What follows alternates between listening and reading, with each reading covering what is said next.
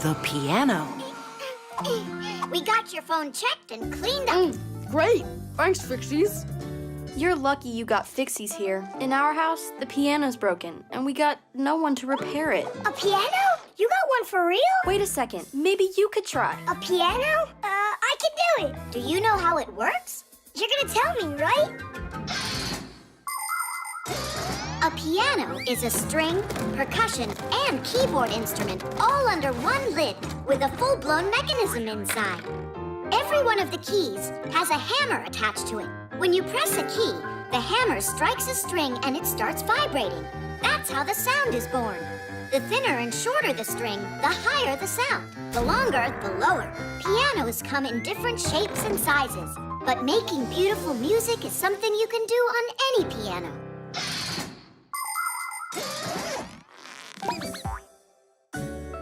Your room is beautiful. So, where's the piano in here? You're standing on it, Nolik. Really? I thought it would be huge. And where are those little hammers? There are no hammers. It's electric. There's no sound either. I'll go in and check. Oh, now I see what's broken. We have contact. Tidish! Tidish. What? Ah, I didn't tighten it up. Sure enough. What a scatterbrain. Yoo-hoo! Who are you? Who are you? This is my home. I want to know what you're doing inside here. Tightening the screw. Who asked you to do that? Katya. That human girl that lives here? Right, very funny. I'm friends with that human. Hey, let go of that. No way in the world. Hey, are you all right there? Did you bang yourself hard? Yeah, so hard I'm seeing double. What's your name, dude? Nolik. Sure it's not Speck? I'm joking. I'm Tweak, and that's my brother, Geek. Him and I are twins. You know what that is? Do you know how Geek and I became twins? There once was a very hard-working inventor who needed to make two identical gears with very thin edges. He worked day and night, carving, grinding, and polishing those parts, putting his heart and soul into it until those two gears looked identical. And as you already know, when a piece of soul goes into making something, a fixie appears. And in this case, there was enough soul for two of us. But our lives changed when the inventor died. We got picked up together with his other things and dropped off at the dump. Without any work to do to stay charged, we just zonked out. If it weren't for a chance meeting, we would have perished. Hey, Tweak, don't tell them everything at once. We got time. Is that human really your friend? Uh-huh. But Fixies aren't supposed to mix with humans. Well, Fixies aren't supposed to break things either. But it's just because that human girl is... Katya. Katya. How do you put it? The piano's not her thing. Nolik! That's for you? Yep. You got the guts to introduce us to her? I thought Fixies aren't supposed to mix with humans. But you're friends with Katya. That means she's a human you can trust. First comes the piano. Well, we warned you, Nolik. Are you all done? Turn it on! Oh no, here we go again. They take care of our machines. Irons, phones, and toasters. Threes and TV screens. Katya, stop! How come? You don't like it? That's not it. It's good. And a really good song. And super loud. Only you don't want to scare all the Fixies off, do you? Scare what Fixies off? This is Tweak, and this is Geek. Not quite. My name's Tweak, and mine's Geek. Ah! We've got Fixies living here. Shh.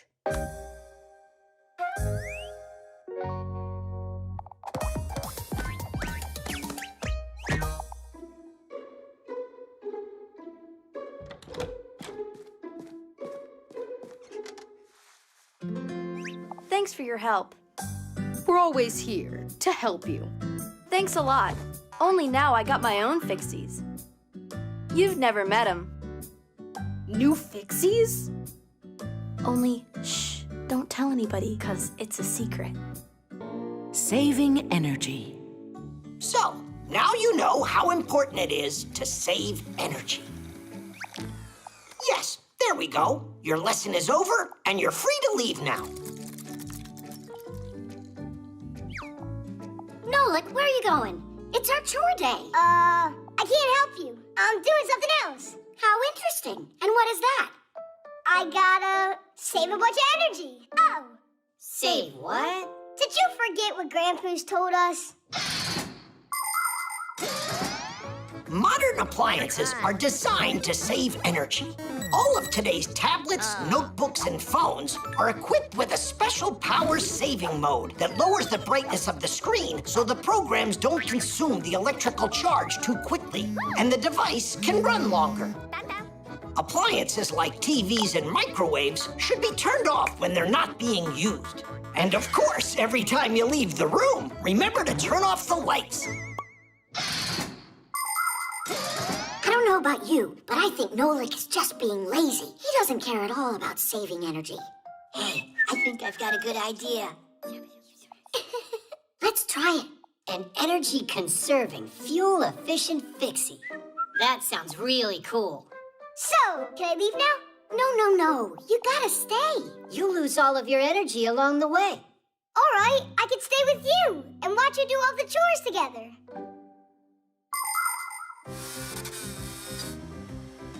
Simka, it's still dirty over here by the fan. And what would we have done without your valuable advice here? Guys, can you be more careful? Look, it's dirty. And all that yapping? Uses lots of energy too, you know. That looks hard. Why are you trying to lift it up? Why don't you tilt it? To the side. No, the other one. I'm so glad that at least one of us is saving his energy. Well done. You're really a good team, you guys. Next, that corner could use some cleaning. Will you help us, Nolik? Nah, I haven't saved enough energy yet.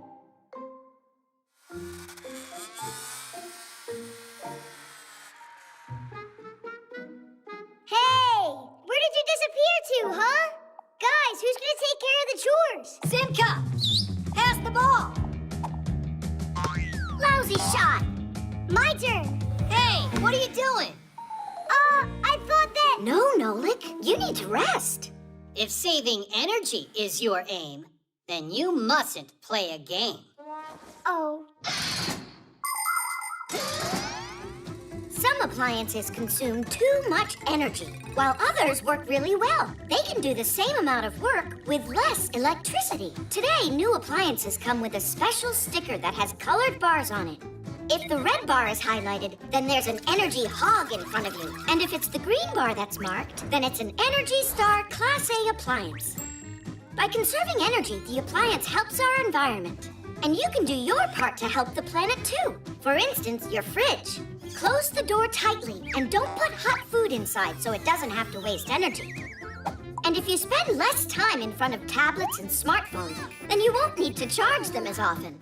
And rather than reading inside under an electric light, you can save energy reading by the light of the sun.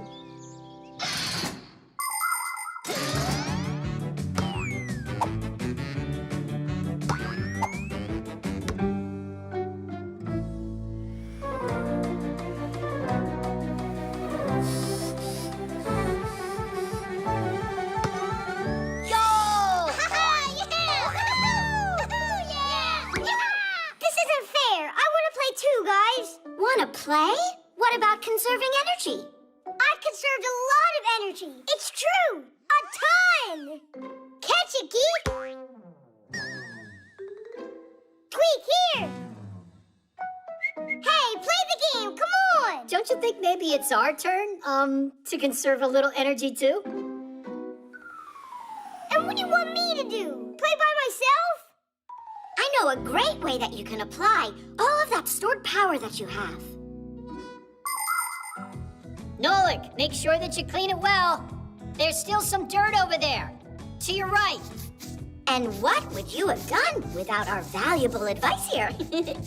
How about you help me out? Some other time. Because today we're Energy-saving, fuel-efficient Fixies. The hoverboard. Watch this! Woo-hoo-hoo! Bet you can't do that. You don't even have a Fixie board. And who cares? My parents got me something really cool. A hoverboard. Look. You mean now people can have Fixie boards? So cool! Can you do tricks on that thing? Heh, I sure can. I'd show you right now. But it's raining. And so what? Are you kidding? Hoverboards run on electricity.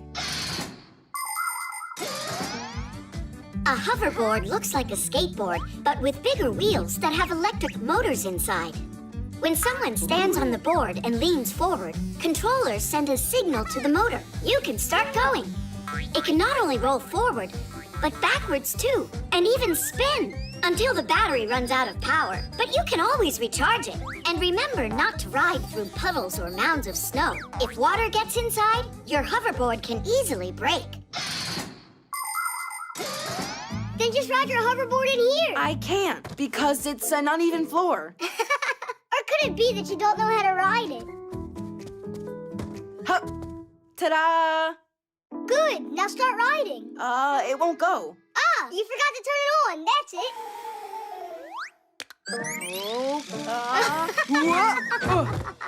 Don't laugh at me, Nolik. It's the floor's fault. I'd even fall off a scooter in here. Uh-huh, whatever you say. If you think you're such a pro, then why don't you help me out here? Yeah, sure. Instructor Nolik will teach you everything you need. Just do what I do. But first put a helmet on your head. Go like this. How about you jump on it with both of your feet at once?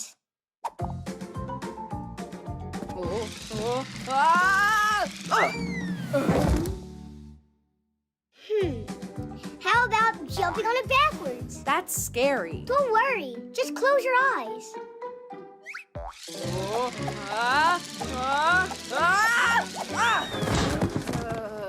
Hey, I was joking. Well, at least the helmet looks good on you. What good's this helmet with a trainer who's no help at all? Really? There's no trainer who can help such a lousy student. I can learn without you. Fine, go ahead. What are you two arguing about? He told me that he knows how to ride his new hoverboard really well, but the only thing he knows how to do is fall down.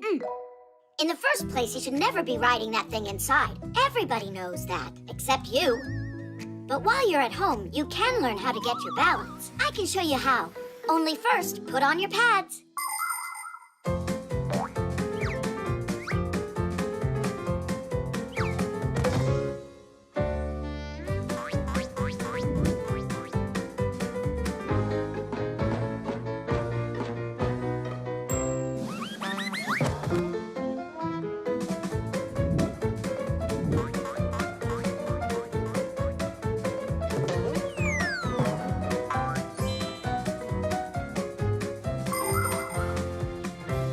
Class! Simka, you're a really great trainer.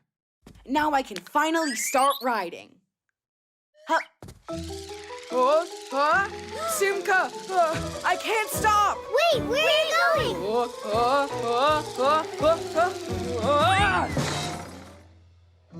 Thank goodness he was wearing his helmet. And those pads.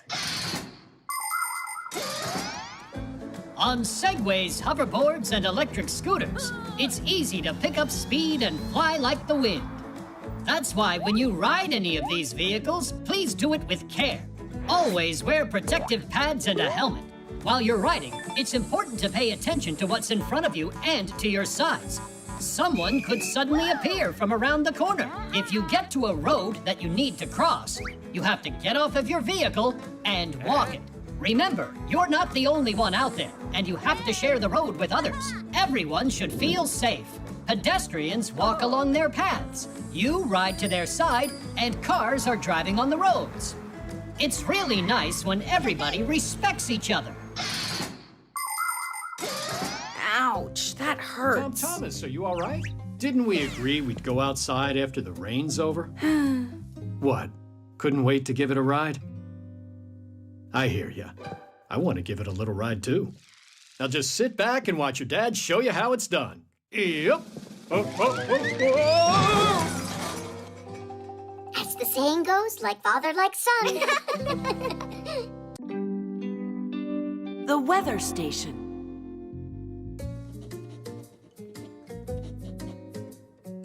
So what's the word? Did you finish your homework yet? Uh-huh. Way to go! So now you'll finish drawing us, yeah? I don't know. Katya. Let's go outside. Finally, we have some nice weather. Our weather station says it'll be sunny for the rest of the day. What weather station?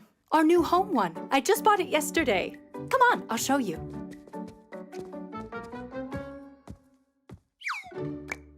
She's never got time for us. It's always school or homework or who knows what. Like sleep. And right now she's going out for a walk. Thanks to new technology this time. You gotta admit, that device is pretty cool. A home weather station is a smart thermometer.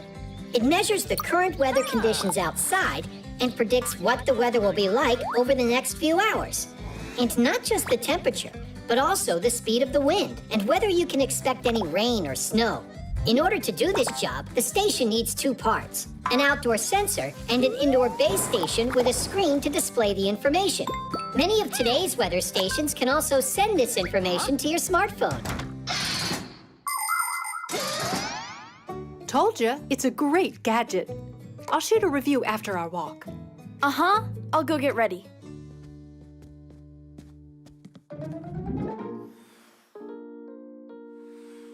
And what do you think Katya and her mom will do if we go and change the weather a little? With the power of our minds? Not quite, with the power of a Fixie tab.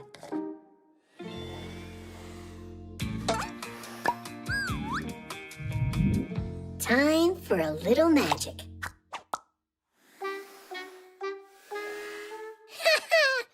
We did it! There we go. You going? Tweak, I promise you, I'll draw you after my walk, all right? Of course that's all right. It's only that I saw the forecast is predicting rain. Uh-huh, like I really believe that. Katya, grab an umbrella. The forecast just changed, but that's not a big deal, right? Who cares? A little rain won't hurt us. That's what we've got umbrellas for. Actually, I forget where I saw it last. Will you help me find it? All right. What are you going to say now? It's here. What? Mom, check it out. Wow, did it get colder? Let's grab our scarves. Geek, let me do it.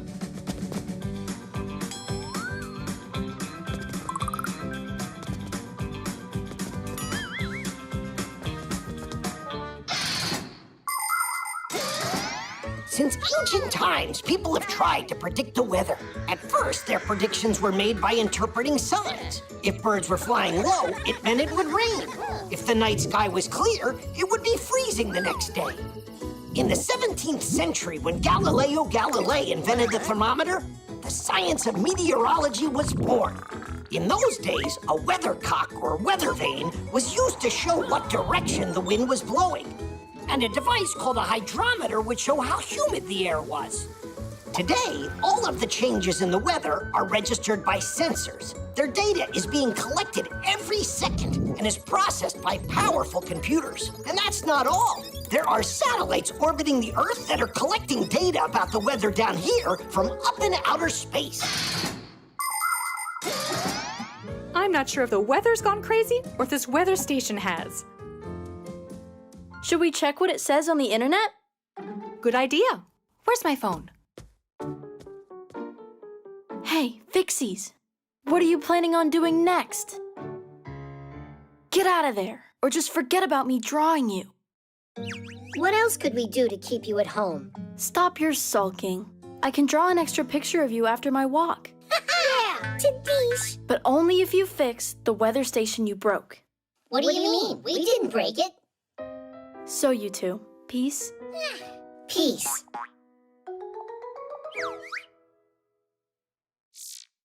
It looks like our weather station got it all wrong. I just made peace with it. It needed a restart. Now it's working fine. What a smart girl you are. Then let's go before the weather changes again.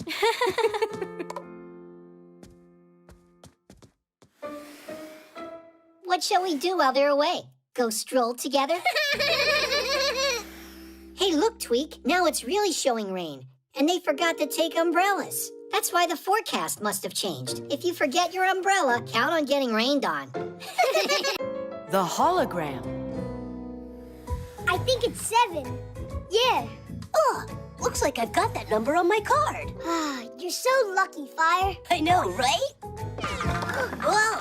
Chusaka! Hey, Chusaka, no! Aw, and I was so close to winning. I'm so tired of Chusaka ruining our games. Well, you know, dogs like playing their own games. And what? She has to play right here? Help me out. We'll put these back where they were before. Uh-huh. And then she'll just come in and mess it all up again. We need a way to distract her somehow. So, we're gonna feed her, huh? Not quite. We'll make a piece of candy for her. It'll be a hologram here on the phone. Chusaka will be busy trying to figure out how to eat it the rest of the day. That's great. But a hologram, how does it work? A hologram is a three-dimensional image projected into the air. It looks like a real object from every side, only it's translucent. You can look at holograms in your own home. To do it, you need to make a pyramid out of clear plastic. Any clear plastic box will work. First, cut out the 4 sides and connect them. The next step is to look for a 3D hologram video on the internet. Start playing it and put your plastic piece on top of the phone. Pretty cool, isn't it? Class! It's like real candy. Chusaka! Get over here.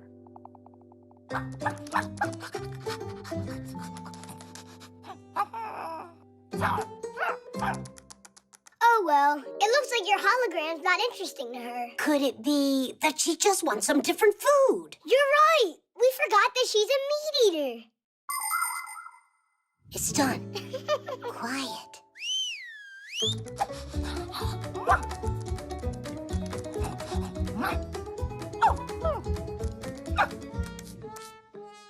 I don't get it. What's wrong with it now? Nolik, how dumb are we? We made her some meat, but it doesn't have any smell. Done. Let's hide.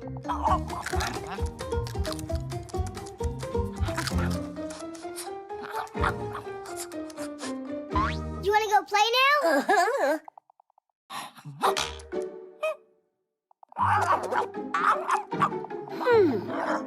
It wasn't the plan for the hologram to work like that. Fire, we gotta help her. Help her? How come? She's the one that did that to herself. Fire, she's kidding. Tell her, Fire. I'm sure that you've seen how superheroes in the movies often use holograms. They might use them to call a partner or look at a map in 3D. But it isn't just in the movies. You can find this technology in real life today. With its help, scientists can make models of the human body that are easier to study than flat pictures. You can also find holograms in museums, both as items on display and as guides. There are teachers already giving holographic lectures, appearing to be right there in the hall. And in circuses, holographic images are being used to replace animals. Now, instead of elephants, dolphins, and lions, their 3-dimensional copies perform. And it's great! They're no less exciting than watching live animals. And this way, the real animals can be free to roam in the wild. Chusaka, no! Come on, stop chasing us, Chusaka! Chusaka, stop it right now! What's going on? You sad little thing. Who did that to her? Chusaka, just hang in there. I'm gonna save you.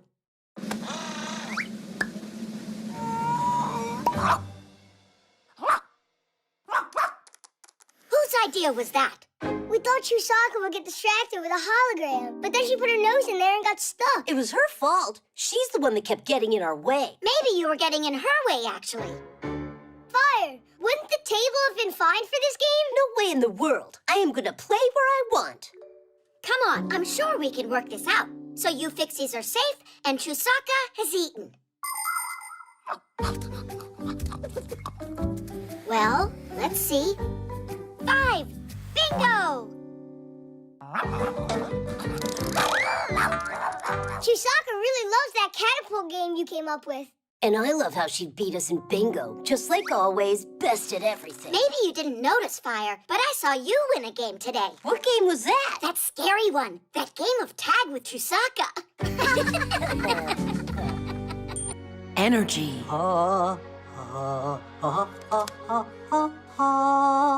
Good morning. We're here for the exam, so you'll give Pack-a-mats to us. That's excellent. And who's going to take it first? But, Professor, we, Do everything together? All right, go together if you want. What is this tool here? That's a claw hammer.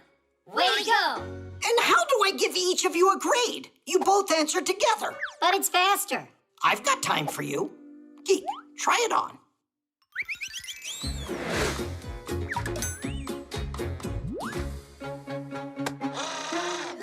It's a screwdriver. Again? Well, maybe one pack-a-mat for the two of you is enough. You know what? Each one of you is going to get his very own exercise. I present you a model of a real power plant. It's gigantic. But it's not finished yet. Exactly. That's going to be your job. An electro power plant is a factory that produces energy. In order to keep running, they need some kind of fuel, like for instance, gas. Burning the gas causes the turbine blades to spin, setting the generator into motion so it can produce electricity. The leftover heat doesn't go to waste. It's sent to a boiler. Inside the boiler, it's used to boil water.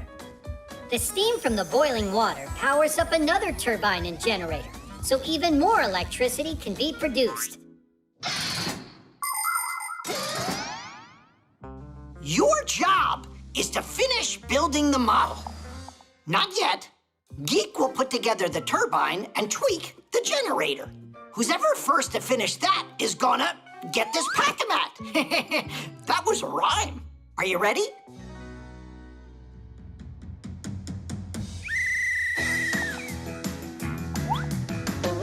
You're off to a great start.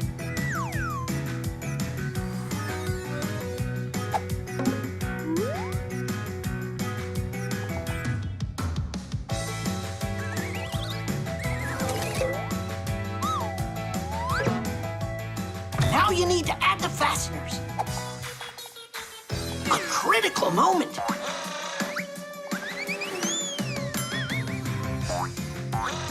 What a move!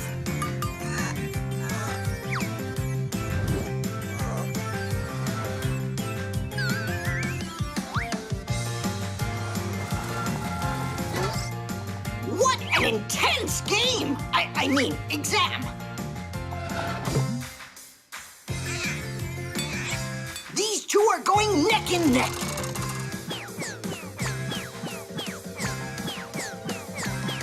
And the winner of this race? I don't know. The parts for a power plant are made at special factories. You could fill several tall apartment buildings with all of the people who work making the parts for one of these giants. And all of these workers are real professionals. How could they not be? After all, the mechanisms they put together are very complicated. Take, for instance, a turbine. It's built in the shape of an enormous cylinder with propellers around it. And next to the turbine is the generator. Its parts are assembled like a giant nesting doll, one inside another. Together, this powerful team produces electricity. They're just like people are Fixies. When every one of us focuses on a common cause and we work together, the results can be simply fantastic. Well, yeah, it's a tie. Right, Then we'll have to have a tiebreaker. Whoever presses this button first and gets the power plant going will be declared the winner. Go for it! So, which one of the two is faster, smarter, and stronger? Press it, Geek. You deserve it. Nuh-uh, you. Press it. Go ahead. No, you go ahead. No, you. Quit stalling. You're the one that's stalling. Press it. Just press it both at once.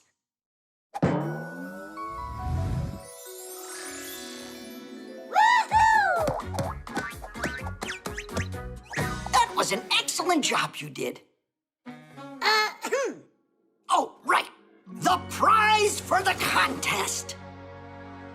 Unfortunately, I've only got one pack-a-mat for the two of you.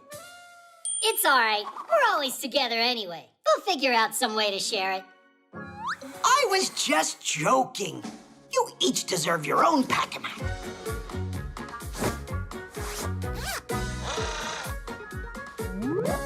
Titties!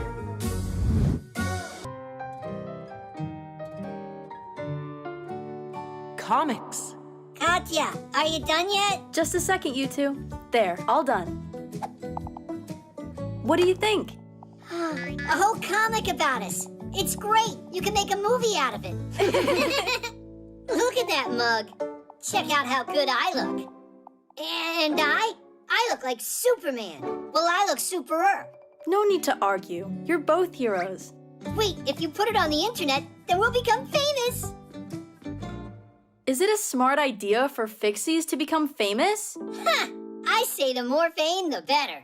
You do. Well, anyhow, see you later. Hey, that's not fair. I mean, we saved the planet, and no one's gonna find out.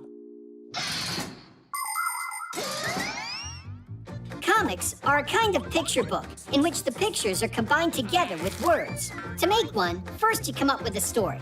It could be about superheroes, or princesses, or scientists, or even all of them at once. After that, you can start drawing.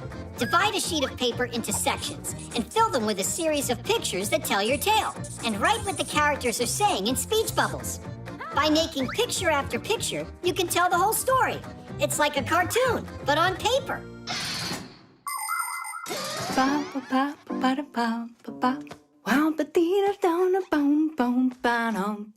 Wow! Oh, what is this? Did she really draw this all by herself? That Katya of mine is one talented kid. My subscribers are gonna love this. That talented kid keeps forgetting to charge her pad. This is gonna take forever. A good cleaning. That's what we should do to make it charge faster.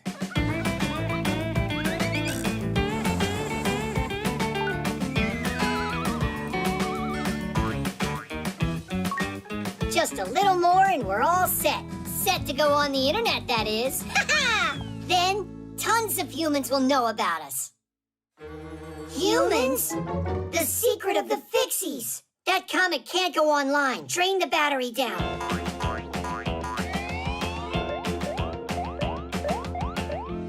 It's taking forever.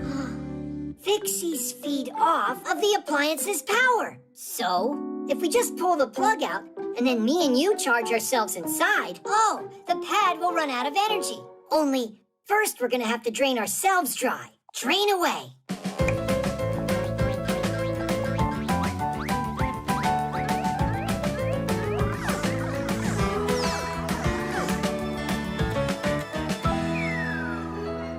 It's totally drained. Did I really forget to plug in the cord? We'll show Katya's mom who's the boss. People can spend hours on their pads and phones, and that's why they have to be recharged all the time. But do you know how you could do that less often? One thing that works is to unplug the device after it reaches 100% charge. You should also make sure to close any apps that you aren't using at that moment. Are you just listening to music? Then you can lower the brightness of the screen. And try not to drain the device all the way down to 0. That can damage the battery. Oh yeah, I almost forgot. If you turn on airplane mode while charging your device, it'll take a bit less time. And While your device is busy charging up, it's better to put it aside and get some exercise or play some board games.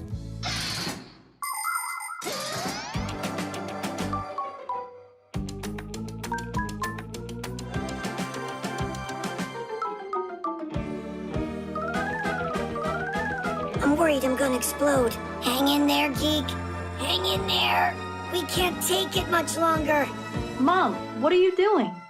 Wow, Katya, this comic that you made's just fantastic. I want to brag to my subscribers. I'd rather you didn't. But I'm proud of my daughter. You draw like a true artist.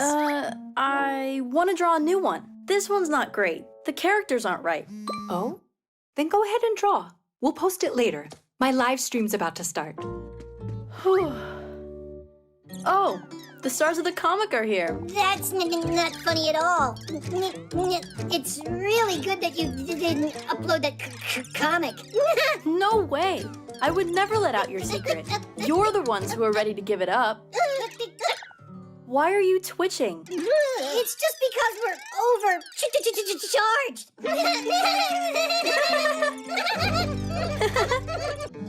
The guitar. I'm off to the store. I'd appreciate if you'd wash the floor and do the dusting while I'm gone. Then who's gonna do what? We can decide like we always do. All right, whoever wins gets to do the dusting. Rock, paper, scissors. 1, 2, 3. I'll start in the office. Dust, here I come. This is unfair. What do you mean? You lost. We both saw it. Yep, I know. Do you hear that? What's that noise? A guitar? Uh-huh. Sounds like Dad's doing his dusting. Simka, where you going? She's a music fanatic.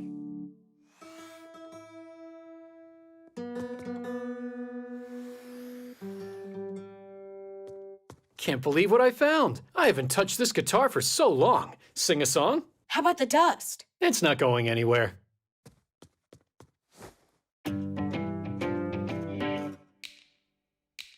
My glass is cracked, now I can't see.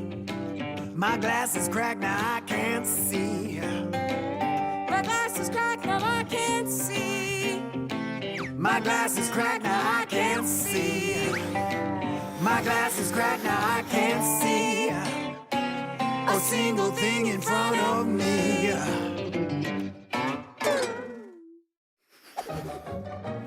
Well, so much for that. I don't have any new strings here. Shall we go clean? Tom Thomas, if you can manage to get your dad out of the room, I'll fix the string for you. Oh, really? All right. Yeah. I told you that she's a fanatic. Dad, why do I still have to mop the floor? Let's try again with rock, paper, scissors. Sure. Here we go. 1, 2, 3. All right, take this.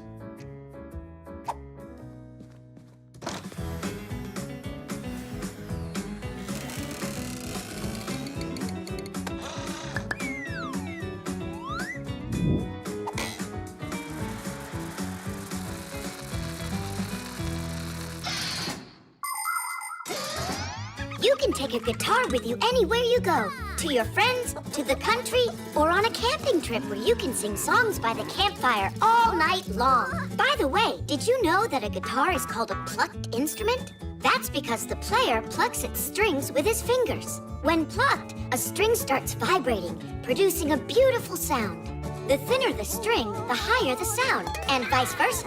To play a melody, you need to press the strings down onto the wooden neck, which is also called the fretboard. The guitar has many relatives: ukulele, banjo, dumbira, lute, and even balalaika.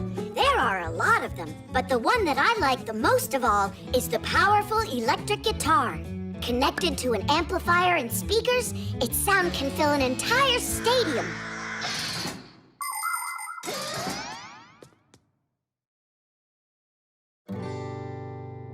Class! Oh, whoa! How did you fix that? There was an extra string in the drawer. Then let's go back to singing? I'll get new glasses, then I'll see. I'll get new glasses, then I'll see. I'll get new glasses and I'll see. I'll get new glasses, then I'll see. I'll get new glasses and I'll see everything in front of me. I will see, yes, I will clearly see. With these brand new glasses, I'll be free. Yeah. But I'm not sure how happy I'll really be if I see that you have to sneak it with me. I got new glasses and I see. I got new glasses and I see. I got new glasses and I see. I got new glasses and I see. I got new glasses and I see that you ate all of my candy. Why'd you have to do something like that? Mommy, Dad and I were singing a song. I can see that. Did you like it? Of course I did. And I really like how everything is so clean. Sorry. We were just about to get started. That's wonderful. And I'll play for you. 'Cause cleaning to music is fun. The tooth. Oh, what's that? It's new. Hi, everybody. Today, I've got an exciting test. I'm going to brush my teeth with this, the latest in electric toothbrushes. Oh, now that's speed. That's interesting. That's a seriously powerful motor. Yeah, works great. It really does make quite a buzz, but nothing to be afraid of. Mom! Oh, Katya, I've got something to show you. Well, I'm going first. I lost one of my teeth. See?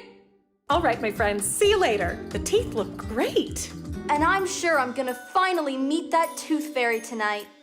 But she comes real late when everyone's sleeping. Well, I'm not gonna fall asleep tonight. Excellent plan. I wonder what presents she'll bring me. Oh, glad I got this kid's brush, too. An adult human mouth has 32 teeth inside of it. They don't all appear at the same time, but one after another. When children are still too young to walk and talk, their baby teeth come in. And right about school age, kids' baby teeth start falling out and permanent adult teeth take their place. It's not good to lose a permanent tooth because there aren't any more teeth inside to replace it. But whether you have baby or adult teeth, you should take good care of them by brushing and eating less sweets.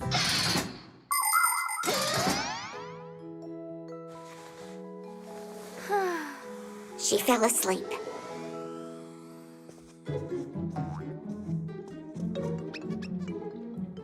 Huh, Mom? Huh? I wanted to read one of your books. And why aren't you sleeping? The fairy will be here soon. Oh, right. Whew. I almost got caught there.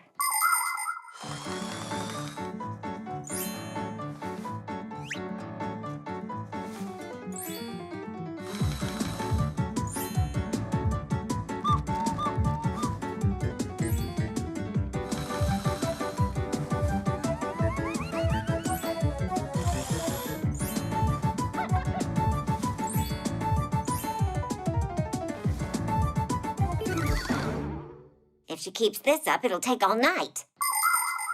I hope it's normal for tooth fairies to bring kids chocolate. A toothbrush would be way too heavy to haul. Huh? Mom, is that you again? A fairy! Uh-huh, the tooth fairy. I can't believe it. You're finally here. No. Just give me your tooth, and I'll give you a present and be on my way. Hey, your wings, they're not real, are they? They're just for decoration. I do my flying on a scooter. Oh, yeah. Wait, is that a pack-a-mat you're wearing? Who? Where? You've got a pack-a-mat. You're a Fixie. You know, I've stayed here for too long. I have to get going. I have hundreds of more teeth to collect all over the world. Kids are waiting. Ciao. You want my tooth, right? Oh, yeah, right. And please say hi to both Geek and Tweak. Uh-huh, I'll tell them. Oh. I see. You're the boy's granny. Oh, that's great. Shh. Do you know how to keep a big secret? Uh-huh. Yeah, I'm their boss, yeah. Well, I gotta go. Tidish.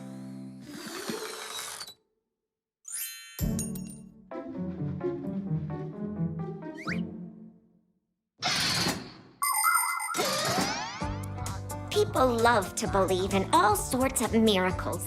As soon as a child loses a tooth, it has to be put under the pillow. So a fairy or a mouse will exchange it for a present or a new tooth.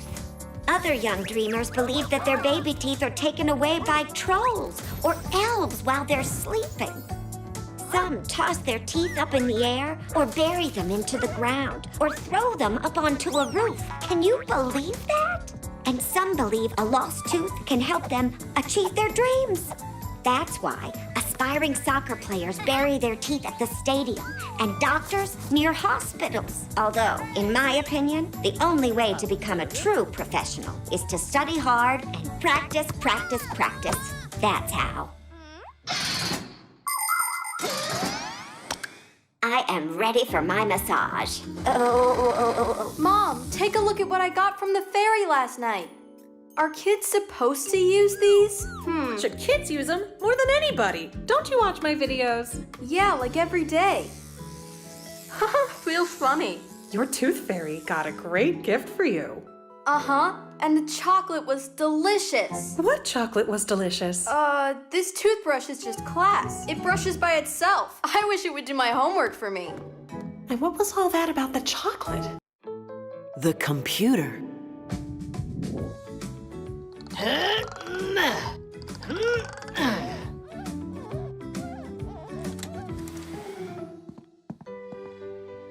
They deliver things so quickly now. Oh, a brand new computer! What are you doing? We gotta hide. Did you forget you almost got caught yesterday? But almost doesn't count. You know what? Fly on home right now and stop arguing.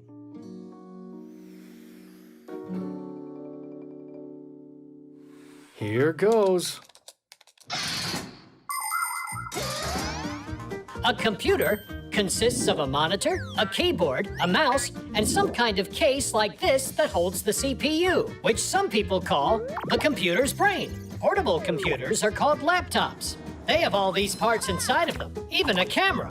Unlike a desktop computer, a laptop can run when it's plugged in and from a battery. And don't forget smartphones. They're computers too. They can do so many things and can fit right in your pocket.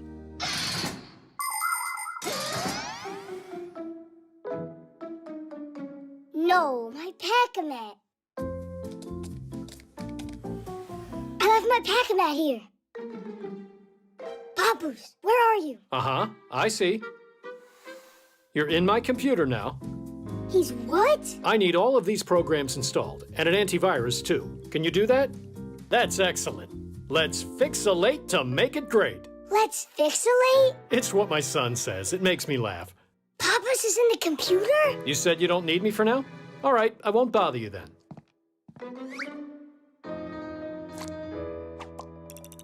Aw, Papoose. Nolik, how come you're still here? And how come you were talking with Tom Thomas's dad? I what? Fixies don't interact with humans. Besides, I was here the whole time. Then who's in the computer? Monsieur! I haven't seen her all day today. We gotta get her out of there. Uh-huh, let me look. Let's save it in here. I don't believe my eyes. Hey, what's up? Shh. Marcia? Yeah? And what's going on here? Were you just talking to him?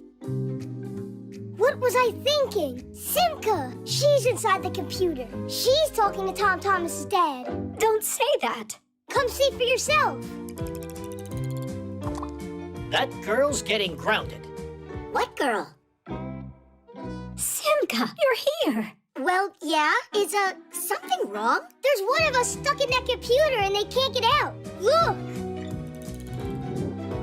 But we're all here with you. Where is Grandpoos at? You're right. It's Grandpoos in there. That's who.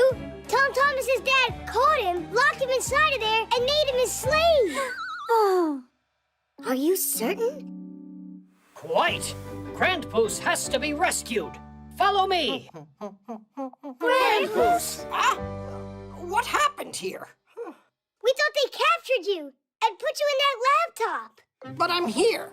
What are you talking about? Yes, Nolik. We don't understand what this is all about either. I just figured it out. It's not a Fixie in there. It's a remote technician. Oh, did we get fooled? Ugh. A remote technician? If you've got a broken computer, it needs to be taken to a repair shop. But if you need help downloading an update, removing a virus, or figuring out some other problem, it can be more convenient to talk to an expert that works remotely, which means from another location. The technician can help you no matter how far away you are. All that you need is a solid internet connection. Now the expert can control your computer and do whatever's needed, as if he's sitting right in front of it. For instance, he can make the computer run smoother or get a program working properly. By the way, it's not only computer technicians that are working remotely these days, but also programmers, bookkeepers, and even scientists. It really is cool, isn't it?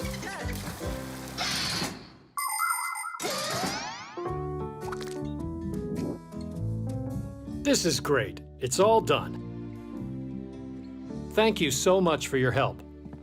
Actually, I have one more question. A Fixie slave in the computer. Who came up with such a foolish idea? Why are you looking at me? You should blame Tom Thomas's dad. He's the one who called tech support. The voice assistant.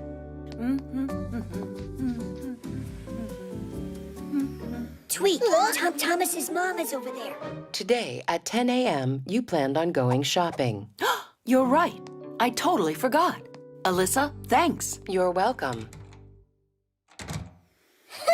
Is that Simka joking around in there? Peekaboo! Simka! Nolik! Are you here? Hang on a sec. That wasn't Simka's voice. Could there be some new Fixie in there? Let's pay her a visit and we'll find out. How about we introduce ourselves first from here? It's great to go and visit your friends, and it can be a pleasant time for everyone if you follow a few simple rules. For instance, you should set a time in advance and not be late. Your host will be very happy if you bring something delicious for everyone to eat. And of course, you should be polite and well-behaved when you're visiting someone. Otherwise, just imagine, you open the door and one of your guests goes straight inside without even saying hello to anyone.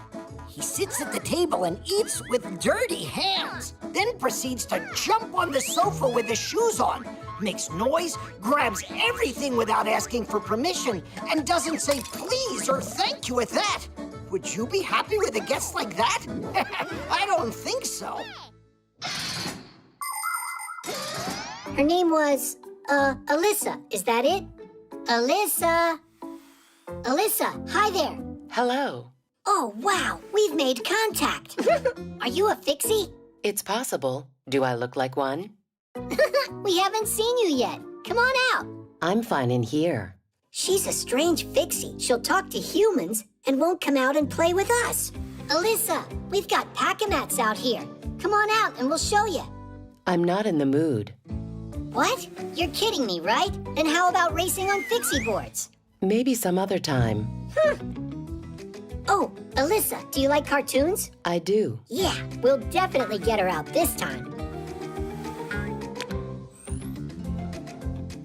What kind do you like? I just don't get her. Fine, we'll pick one ourselves. Turn on a cartoon about cowboys. One moment, please. Now you're in the TV? How's that possible? Hey, say something, will you? I wonder if she ran back over there. Hey, are you in here? She could have gone in the remote. Enough of the hide and seek, Alysa. Come on out. I have a headache and I'm very tired. How are you doing that? She's just punking us, I think. Stay right here. If you see her, catch her. Alysa, come out of there right now. In your dreams. Are you mocking us, Alysa?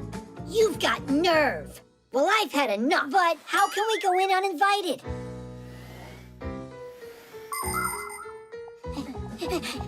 Over there.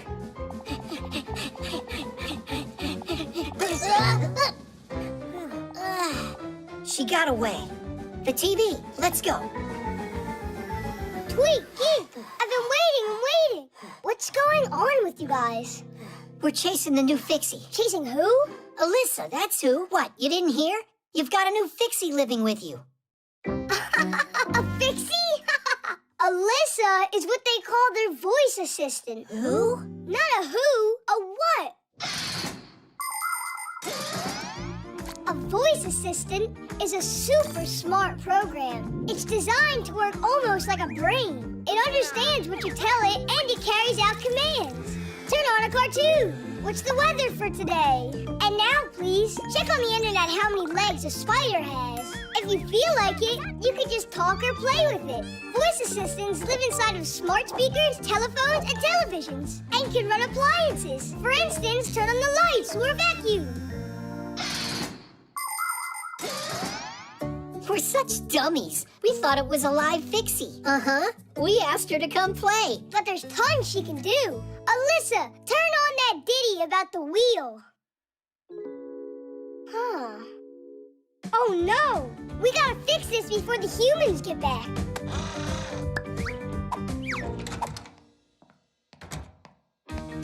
Alysa, hi there. I need a good waffle recipe. Guys, faster! Alysa. I don't know, 'cause electricity is my only food. Stop! What? Alysa, I need a recipe. I can help you cook lots of different meals. Cool. The eraser. Nolik, did you get your homework done? Uh-huh. Then what is it that won't let electricity pass? An electrician? Maybe I won't get called on. Maybe I can cast you a spell for good luck. I wish I had a good luck charm that could protect against getting bad marks. If you would just do your homework, you wouldn't need to depend on magic. Simka, wait a sec. For my tests, I use this lucky charm a lot. That's an eraser. But a special one. It helped me get A's on my last few tests. Tom Thomas, please let me use it, just for one day. You? Well, I don't know. All right, just be careful with it. It's so heavy. It must be from all of that luck inside of it.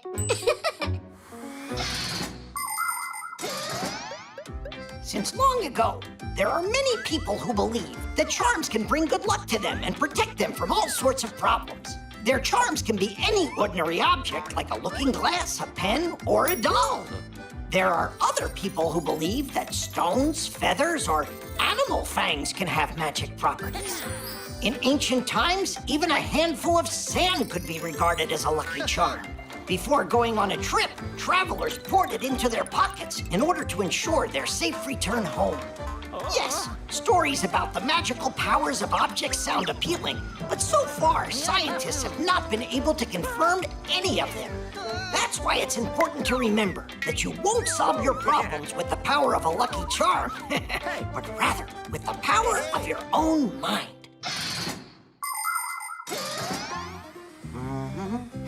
Nolik, you're late for class. And what did you bring the eraser for? Let's see. First, we're going to hear from... Maybe it'll help me too, Nolik? Hey, leave it alone. Simka. Can you tell us, what is that? That's an electric circuit with a lamp. That's right. And who is going to tell us? It's working. Why the light bulb in this circuit is glowing? Do you want to try it? Digit, the light bulb is glowing. Can you tell us why? Yeah, because there's a filament inside the lamp. Mm-hmm. And it gets heated up by the electricity running through the wires. Just a coincidence. Can I try it too? Go ahead. There's enough luck for everyone. I'd look at my homework if I were you.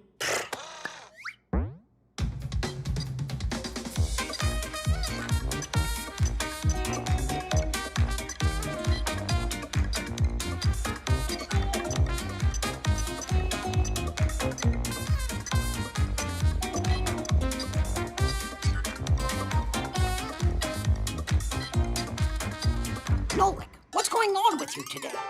I'm asking you for the third time. What is it that won't let the electricity pass? Wait a sec. He needs a second for his charm to give him the answer. Ah, that's what it is.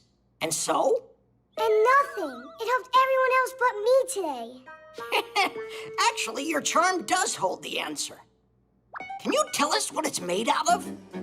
It's made out of eraser. And erasers are made out of what?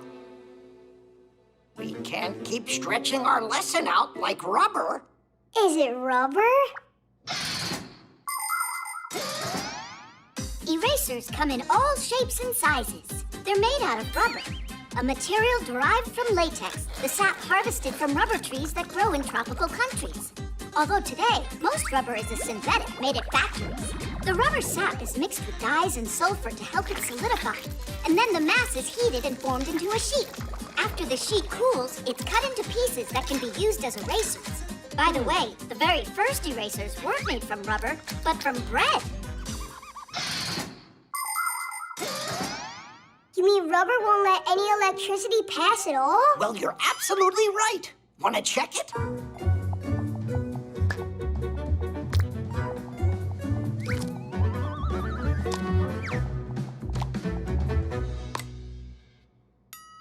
It really works! It doesn't work! Well done, Nolik. How was it? Did you get some luck from my charm? For sure! You're kidding, right? I was just joking. It's just a plain old eraser. No, not at all. I got an A using it at school today. But I know I'll be even luckier if I do my schoolwork. Are you sure? 'Cause Tom Thomas might have another one of those good luck charms around here. The autopilot. Now to the left. Now to the right. Straight forward. Tweak, has it been long since you started talking to your Fixie board? What's so funny? I'm trying to set up autopilot on my board. Then I can fly without steering. I'll tell it where to turn, and it'll do it. You don't have to tell the board where to turn when you have autopilot.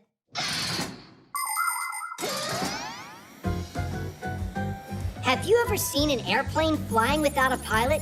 A train rolling without an engineer? Or a car without a driver? It really happens. There are some vehicles that have a special system called autopilot. If the driver wants to take a rest, he turns on the autopilot, and the vehicle goes by itself along a route preset by the driver. That helps the driver save his strength and not get lost if the journey is too long. That was a waste. I already know about that. But you just forgot. Uh-huh. You think that you're so smart, huh? Well, smarter than you are. No way, because my head's bigger by a lot. Let's check it. All right. Ha! Pretty small head there. Let me try. How about that? Geek, you don't know how to measure. You don't either. Look! Now we can measure for real. The ruler's not gonna work. Oh! We can use that marker cap. If one of our heads won't fit inside it, we'll know who's smarter. I thought of that before you said it, and I'll try it before you do. Don't you dare!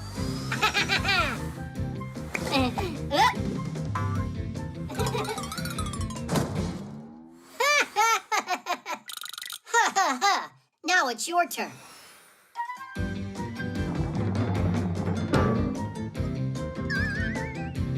We need something a little bit smaller. Like this?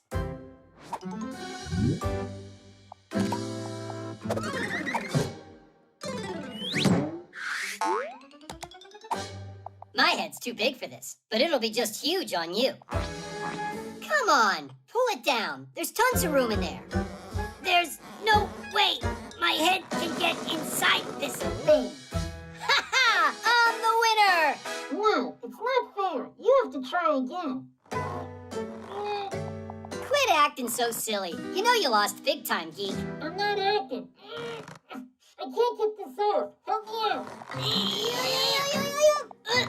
I can try to twist it. more bad ideas?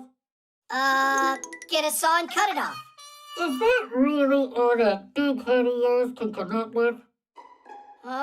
We should run and get help from Basia. Just brilliant. How am I supposed to run? Fine. If you don't like any of my ideas, you think of some. Fine. Here's one. I'll just get there by using my memory. It'll be like going on autopilot. No, not that way. It looks like your autopilot's a bit broken. Well then, you'll have to be my autopilot. Onward! Many machines today have become quite automatic and quite independent. And I'm not just talking about airplanes with autopilots. At factories and stores, robots have been working alongside people for many years. The most advanced space vehicles travel through space all by themselves and explore other planets. There are some robots that can draw, write poetry, and even learn to play a musical instrument. Does that mean that soon smart machines are going to replace people everywhere? That's highly unlikely, because even state-of-the-art robots lack the most important ability, imagination, as well as the ability to feel, contemplate, or dream. These are all special things that robots can't be programmed to do.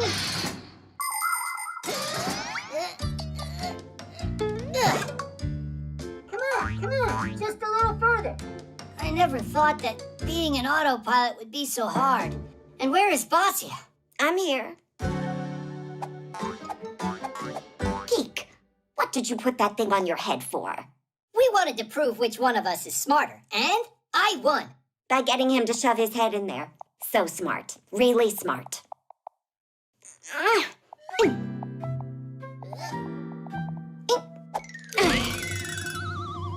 There's one thing I still don't get at all. How did you get your head in there?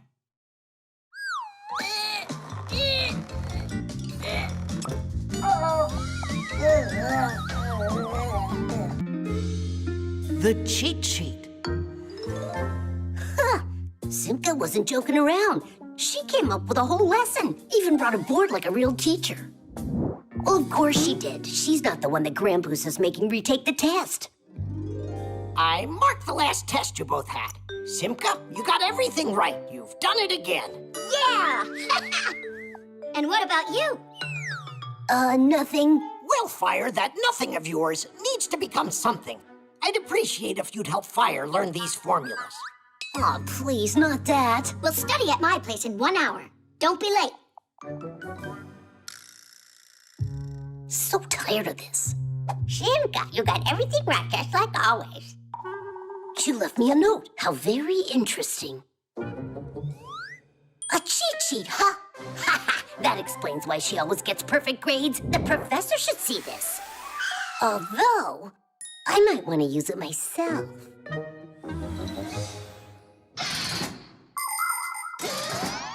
Legend has it that cheat sheets were used as long ago as the 8th century. Charlemagne, despite being a learned king, couldn't remember how to properly write his name. That's why he always carried a special piece of paper with his monogram on it to copy as needed.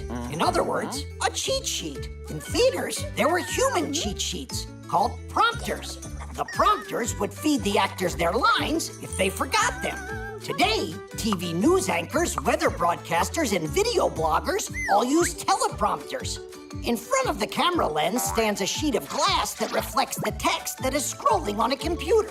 The text is not visible to the camera, so the viewers think that the speaker isn't reading, but reciting the news from memory. Professor, I'm ready to go. You already learned the whole lesson? There wasn't a lot to study there. If you say so, take a seat.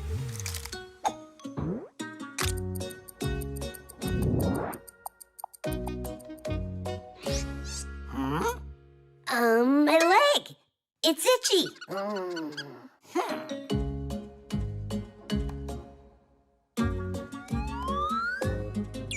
Oh, there's a pain in my back.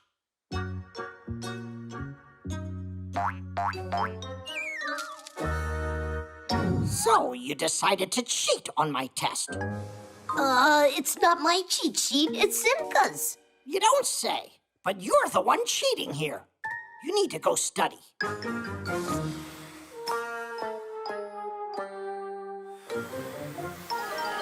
You finally made it. I was beginning to think you forgot. I found that cheat sheet you were using. Anybody can get an A if they use this.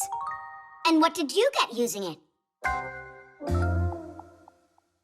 Don't be that way, Fire. These kinds of things can only help you if you write them yourself. Don't make me laugh. Write on this. There's no space on here.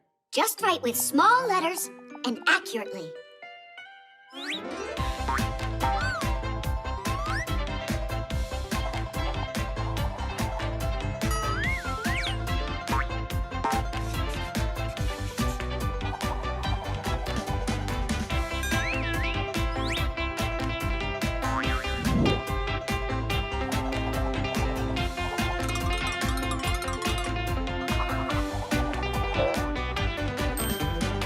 It's all done. And how can I take it out so the professor doesn't notice? No idea. I've never used them to cheat at school. Come on. I wasted all this time for nothing? Not for nothing. They will help you, just not the way that you thought. Do you think cheat sheets are only for bad students? Not at all. It's a good idea for anyone to make them. It makes it easier to remember a difficult word, formula, or a date if you write it down a few times. But it's important that you don't stay up all night long and forget to have a good night's sleep. If you do that, you won't need your cheat sheet during the test. Only remember, your notes will only work if you really study your lessons. If you don't do that, then no cheat sheet will be able to help you on your test. Simka, I took the test, and I passed without looking at the cheat sheet. Just like I told you. This cheat sheet is truly magical. You really don't get you learned these formulas on your own? How? By writing them down on there. Ah, you just wait. I'll become the best student in the whole class. Uh-huh. Have a seat. You and I need to study. How come? I've already got this. But that was for the last exam. The next one's history, not math. The X-ray.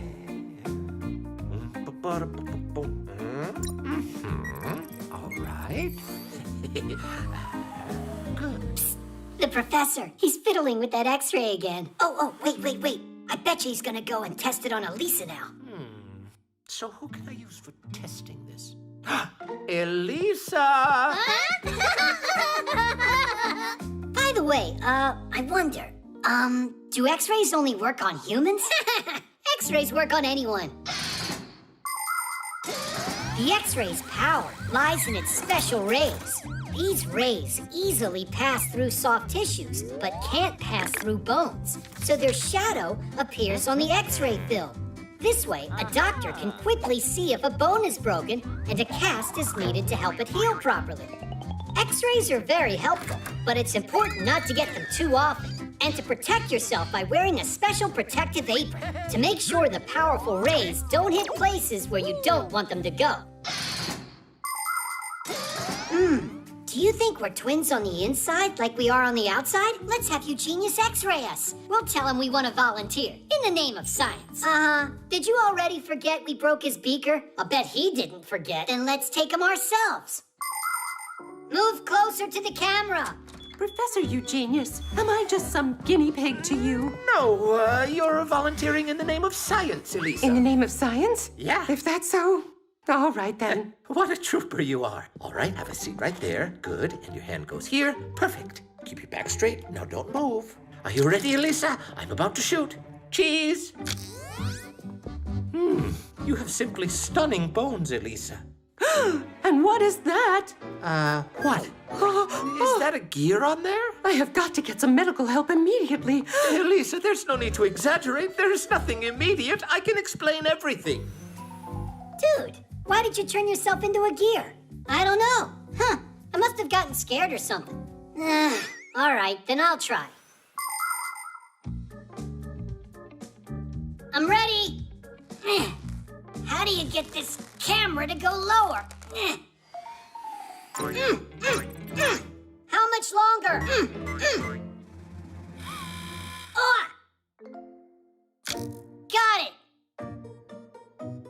Or maybe not. Huh. It was all your jumping, and now it's frozen.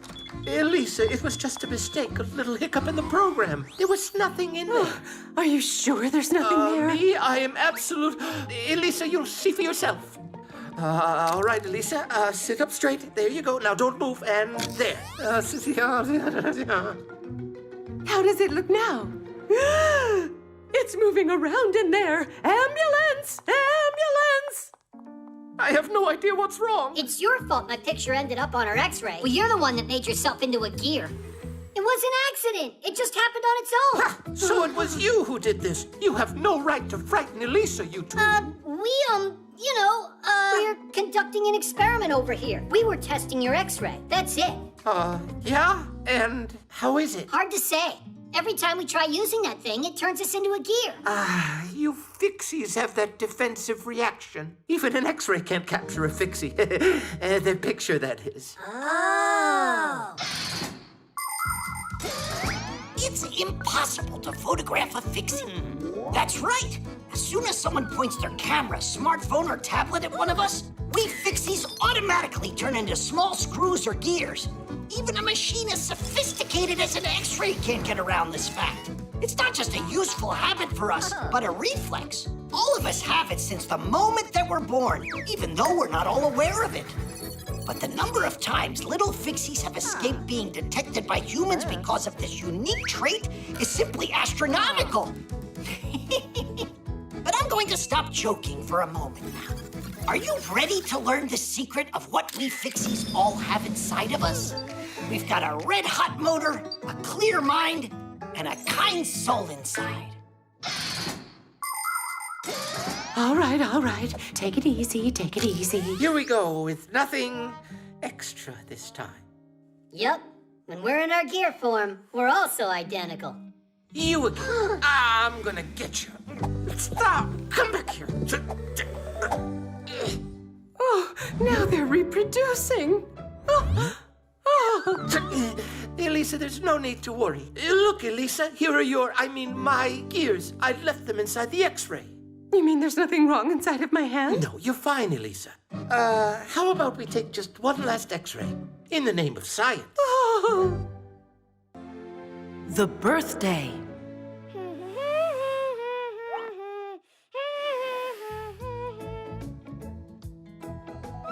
Well, Buggy, how's that? Do I look like the birthday boy? And this is for my presents. Oh, it's Simka. Well, wait over here.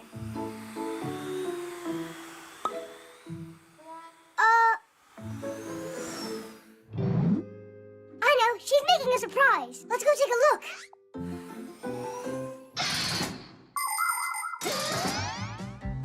Every kid just loves to celebrate their birthday. And it's no wonder.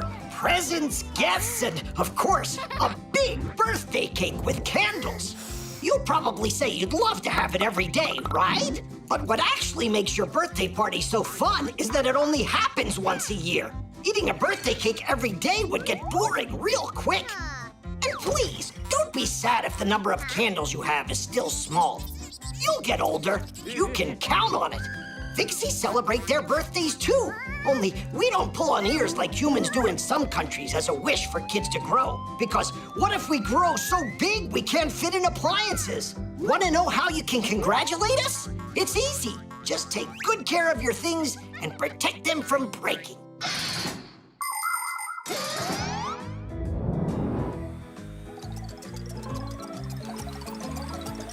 Look out! That was just like Nolik. You should have seen how he ran into this capacitor.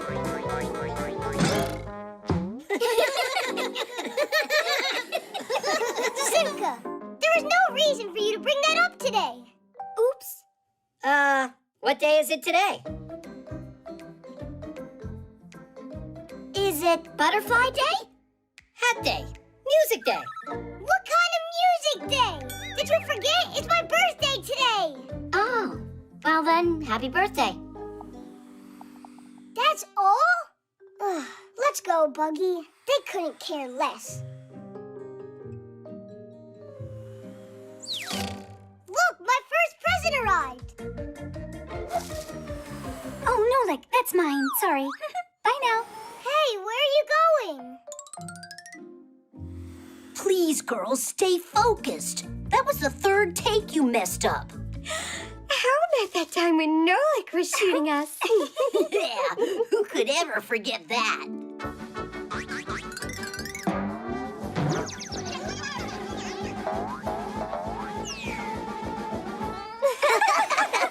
And you're laughing at me too? On my day? Since when is it yours, Nolik? You don't remember either? Uh-huh. See you soon. At least Papoose knows what day it is.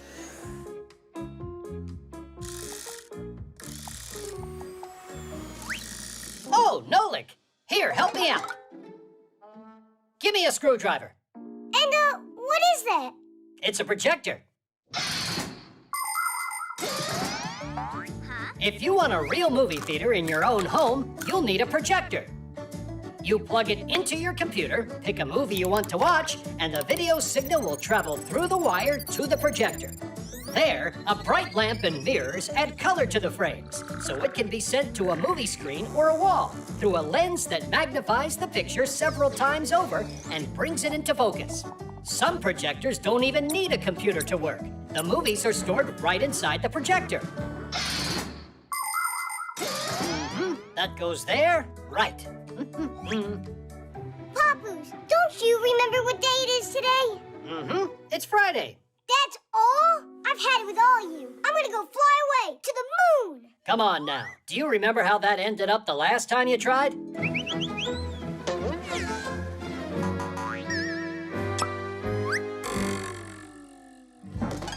you ganging up on me or what?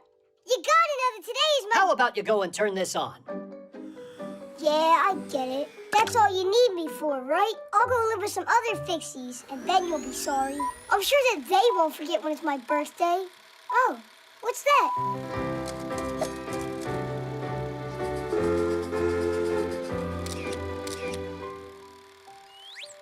Nolik is the best! Nolik is the best! Nolik is the best!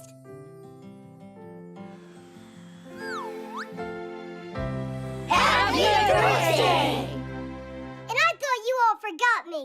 Hooray! Does that mean that now you'll stay with us? I'll stay with you until my next birthday. Then we'll see. The 3D printer. Woohoo! Geek, I'm faster. Sure about that, Tweak?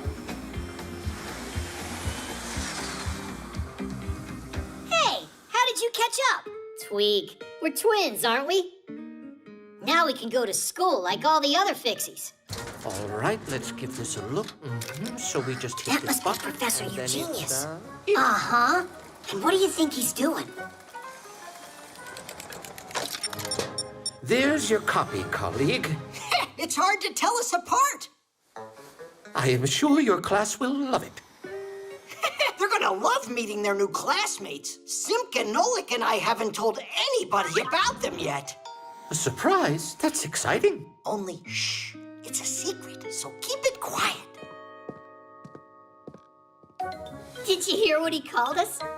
Yep, so let's make it a real surprise.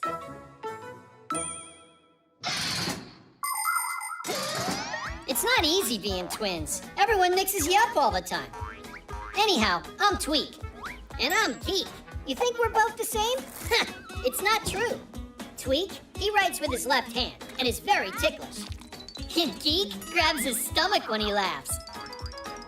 Geek loves fooling around with computers to find a bug in a program or outsmart a virus. That's his world. Tweak, he's a master of practical jokes. And together, we're a team that's always coming up with something new. Speaking of new, Geek and I, we've never gone to Fixie school before. It's true. Basia was homeschooling us. But when we met Simka and Nolik, we decided to give it a try. It sounds interesting. Although, I doubt we'll be here for long.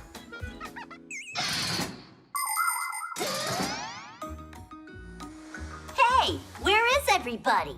Verida's on her way. Simka and Nolik aren't coming today. Hello, everybody. Oh. Hi there. I'm Fire. Are you a new student? Oh boy, he's so scruffy. I'm Tweak. I'm new here. Your school looks all right. This Fixie school actually ranks at the very top. I'd be happy to show you around here. I'm Tula. Whoa, what is that? Are you telling us that you've never seen a manipulator? I've seen one now. How'd you get up there so quickly? Where? On the manipulator, wasn't it you? Ha! Me? You're joking. We saw you up there. Ah, maybe it's my copy you're talking about. What do you mean, copy? That one, you see? It's walking over there by the jars. Those are called beakers. Huh? Sure, whatever. Oh, look, another one. And another, look. That's unbelievable. How do you make them, Tweak? With one of these things, right here. With a 3D printer?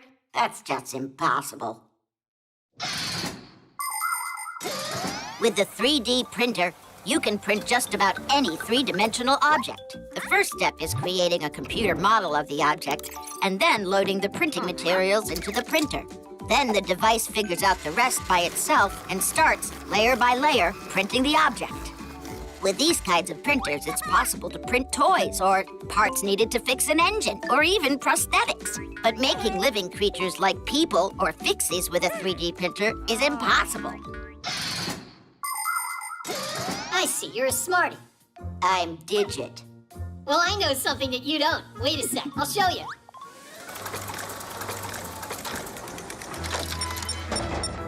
Ta-da! No way! It's just like a real Fixie. Like me? Splendid. So, I see you've already met our new students. Professor, this one is in our class, and this one, he's only a copy made by the printer, or vice versa. Quite a surprise, isn't it? A copy, you're telling me. The quality's great, only the head is a little off. But don't worry, we can reprint it. Huh? Do what? Class, get to work.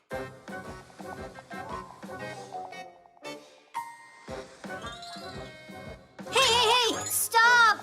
It was a joke! That's not a copy! It's my brother! I'm Geek, and he's Tweak. Twin brothers for real? Splendid. And we were about to shove you in there. I told you that this was impossible. It's time for class. Is everyone here? Not quite yet.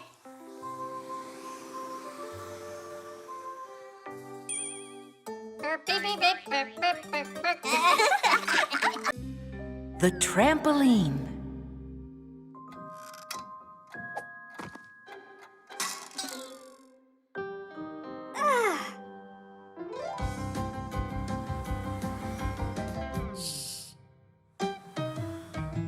Tula, do you know where Simka is?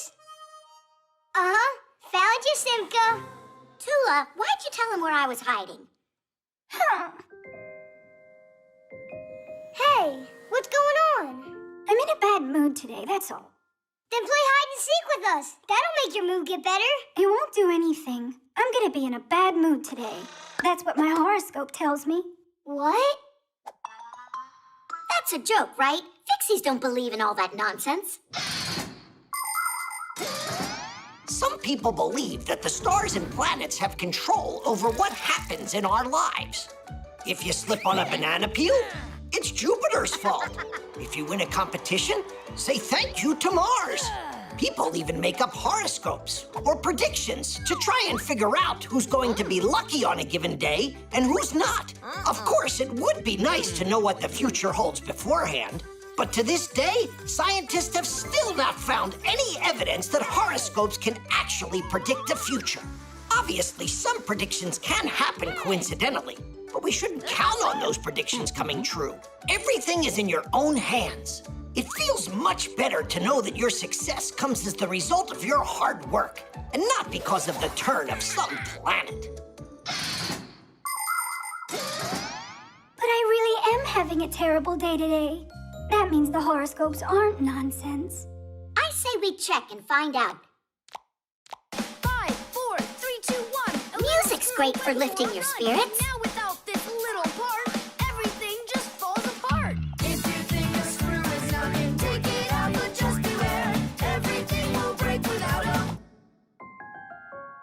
Nolik, do you have that huge brush? For what? So we can tickle Tula. Hey, what's that for? Tula. Hey, where are you going? Wait, I'm gonna cheer you up.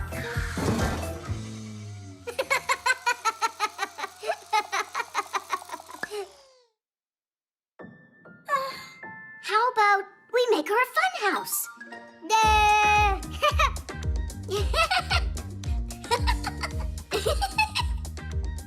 Whoa!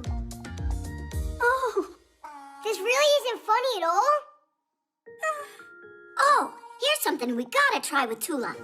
Research by scientists has proven that your mood can improve by jumping on a trampoline. It's not too hard to build a trampoline. Springs are attached to a metal frame on one side and a durable fabric on the other. Some trampolines are like big balloons that are inflated with an air pump, and they can look like a ship or a castle or even a mountain. It's fun to jump high on a trampoline, but safety rules always come first. Otherwise, you can easily fall or strain a muscle. It's better just to jump for fun and let the acrobats perform their complicated trampoline feats. We don't have a trampoline, do we? Wait, I got an idea. Stay here. I'll be right back. Hang on, I want to go with you.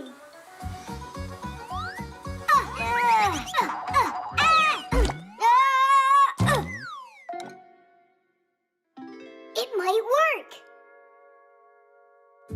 It looks like a gelatin mold. No, it's not. I've tested it. Come on, jump with me. And Simka? We'll start without her. That way you'll be happy when she gets here. Let's jump? I'm sure it won't work. Just give it a try. On the count of 3. 1, 2, 3! Help! Save us! Nolik? A horoscope against a trampoline. It's not a fair fight. But that's not a trampoline. It's a dessert. What's the difference anyway? It's like I already said. Today the whole world's against me. What is this? Whoa! Look, I'm flying! Where's that bad mood of yours that you said was predicted by the horoscope? Huh? It went away! Told ya. And just so you know, Digit's the one who built you this trampoline so you'd feel better. Digit, you're splendid. Actually, today's horoscope also predicted that it's gonna be... Tula, you can't help yourself, can you? The hook. Woohoo! Simka, look out! Geek, why did you hook the Fixie boards together? Because it's fun to fly in a train. Anyhow, I'm Tweak. Geek's over there. Hello. You really must learn the proper way to use things. You agree?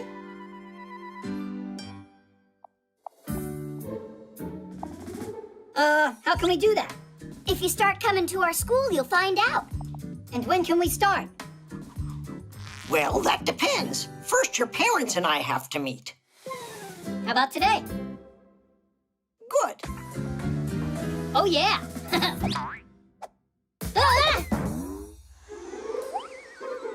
Hooks are not something to count on. Ugh.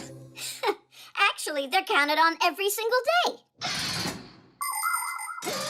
Hooks are not just for hanging up keys and coats.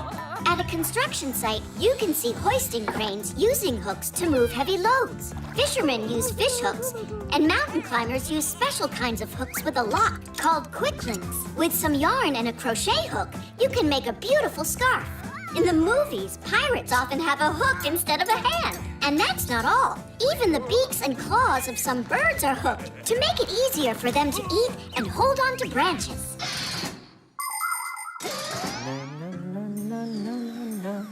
Irons, phones, and toasters, MP3s and TV screens.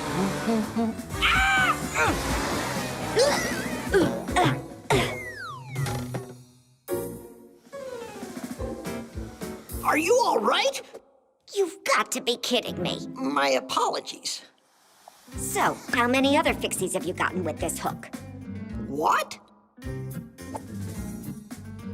That isn't mine. Looking at you, one would think you're a respectable Fixie. Oh, really? Well, someone your age shouldn't be a daredevil in the air. Huh. So you're saying I'm old, is that it? Yeah, not exactly. That's enough, mister.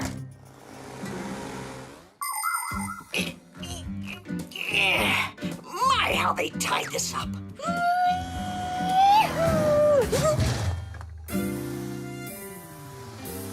Wait a second, you again? It's you? How did you end up in here? It looks like I missed a turn.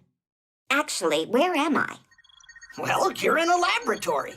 Let me guess what you're doing here. You happen to work here, right?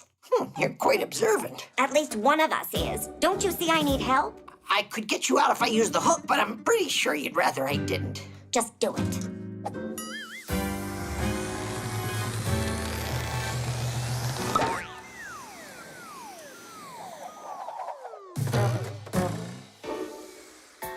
Please learn the proper way to use things now, will you? And I'm so glad to see you as well. Did you already have your meeting? With whom? You said that you needed to meet with our parents. Basia! Basia? Children? You mean you're the parent of these boys? What? And you're actually the professor at that school for Fixies? Ha! What an outrage. I believe you forgot something. So this was your concoction. Ha! Chips off the old block. And generally on their very best behavior. You mean like you are? Their grandma. A lot of Fixies are real homebodies, but not me, not this Basia. I've spent my life moving from one place to another. I've been all over the world. When I lived in Paris, I screwed into one of the legs of the Eiffel Tower as it was being built. And in Great Britain, I fixed a tea kettle for the Queen of England herself. It was lots of fun, although sometimes I did feel lonely. But then everything changed the day I found a pair of gears at a dump. They were a little rusty, but quite nice, and a totally matching pair. I cleaned them and put them into a mechanical clock, and then kaboom! They turned into Geek and Tweak. Now we live all together as a happy family in a human apartment. But we might not stay for long, because we're always on the lookout for our next adventure. It looks like Grandpa's hooked you in with that hook now, didn't he? Yeah, quite literally. I hope you'll remember that it was I who saved you with this thing. It was funny. I was thinking to myself, who's this mean old man that's dragging me? And with all that yelling of yours, I thought I'd go deaf. And what about Fixie School? Can we start going there? Why not? There must be a thing or two you could learn from the professor. But please, without the jokes, okay? We can't guarantee that, but we'll give it our best. Teach! The parachute. Pass it, Geek! Actually, I'm Tweak. It's impossible to tell you guys apart. Well, yeah. Nolik, come on, we're gonna be late. We've got a class to go to. It's about parachutes. Hey, actually, me and Geek are the world's best Fixie parachuters. The world's best? And we can teach you how to jump. Thanks, another time. We'll just take one jump. Then when you get to school, you'll be the most prepared of all. Simka, it'll only take a minute or two, and it'll be awesome. And you really know about parachutes? Uh-huh. A parachute looks like a big umbrella. Before jumping, it gets folded up and packed into a backpack. Then, during a jump, it is released with a special mechanism, and its durable fabric instantly opens up into a canopy. Air stops it from descending too quickly. So even a big person shouldn't be afraid of crashing down. But still, skydiving is no joke. To do it safely requires a lot of special training, dexterity, and proper gear. Here, put them on. Don't worry, they're super high quality. You gotta take off your pack-a-mat. Simka, nothing's gonna happen to it. All right, just one jump. Don't forget, when you want the chute to open, tug the ring hard. Well, let's do it. Oh, yeah!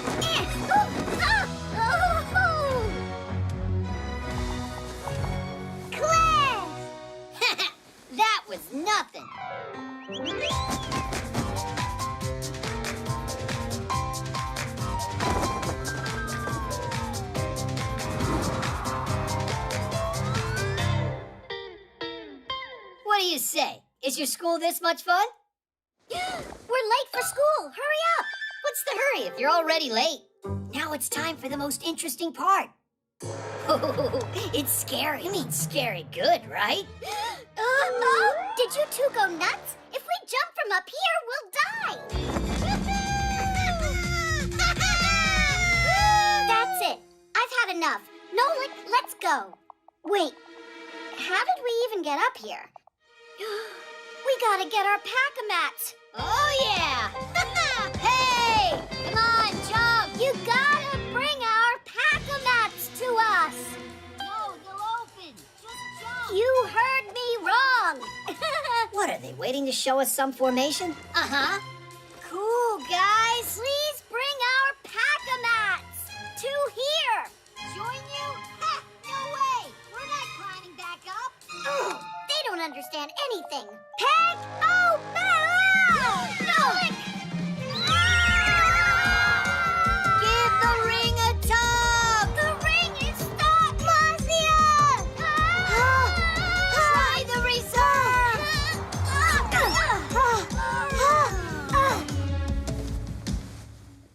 That's called landing in style. Landing in style? We almost plunged to our death because of you. Uh-oh. What is going on in here? Grandpoos, we were just, Cutting school, I believe.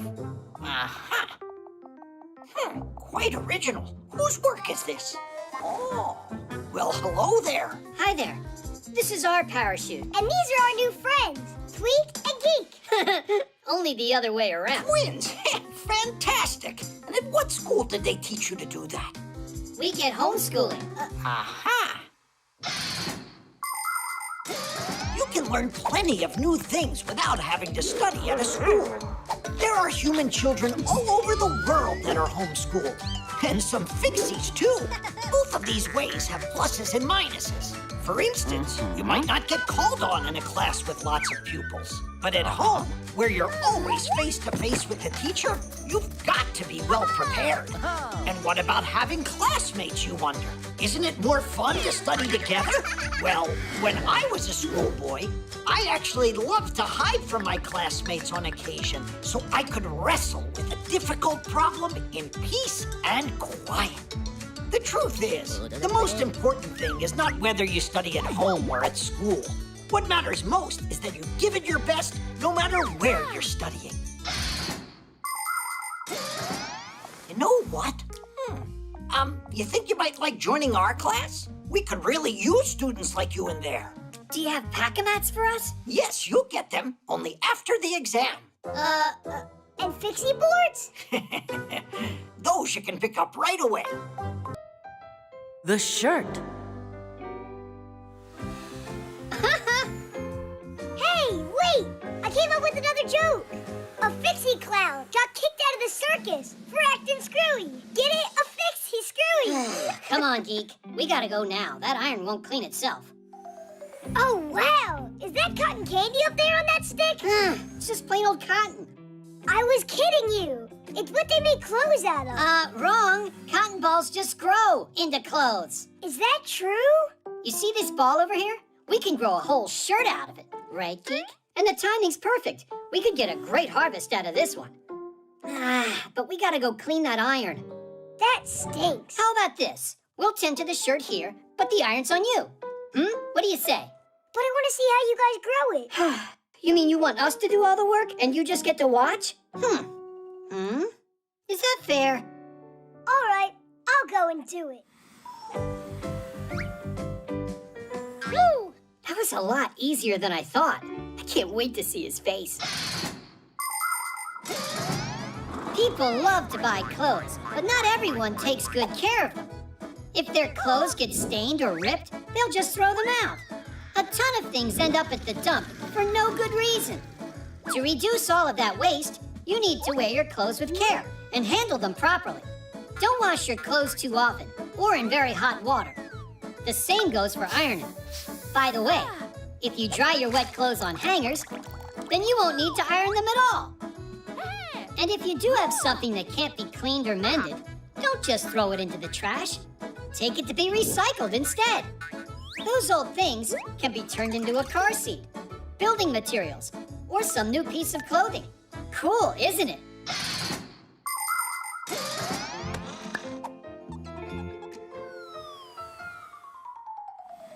Pretty good, right? So let's start the show. It's growing! Great! All right! Keep going, keep going. Keep it up, just a little more. Come on. So, did it grow yet? Where's the shirt? I don't see it. That's just a thread, you guys. It's because we just started. And what about you? Did you clean everything? Then you need to get back to work. Oh, break time. Break time? What do you think we should do next? Did it grow yet?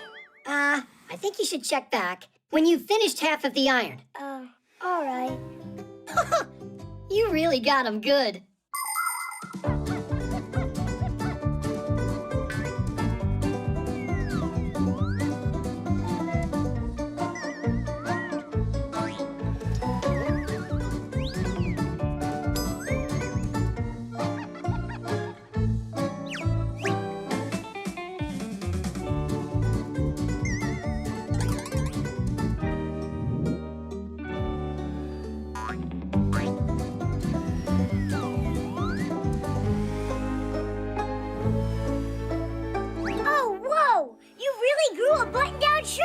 Was there ever a doubt?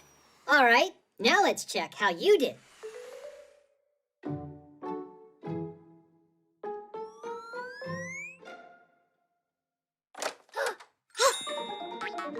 Wow! Mom bought some new shirts. Nolik? Katya, I'm sorry, but you're wrong. They were grown by Tweak and Geek. Funny, you're joking, right? No, I saw it with my eyes. They grew from the cotton. You mean this was all a trick? To make me clean the iron! The shirt doesn't deserve your frustration. Don't be upset. I got a good plan, Nolik. I still don't get how this works. Where do all these clothes come from, then?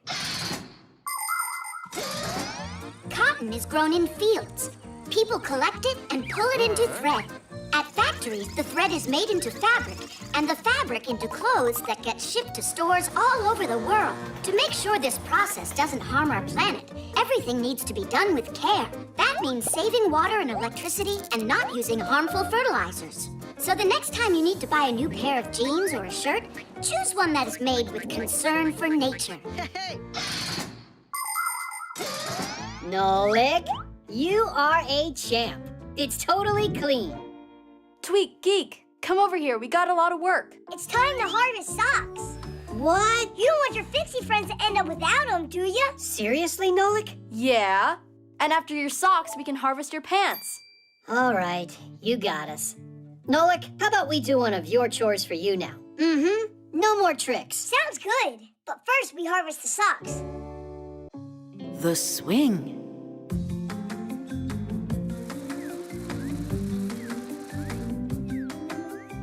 Marcia, check out what I can do. Sit down right now. You're going to fall. I'm not gonna fall. Did you hear what I said, Nolik?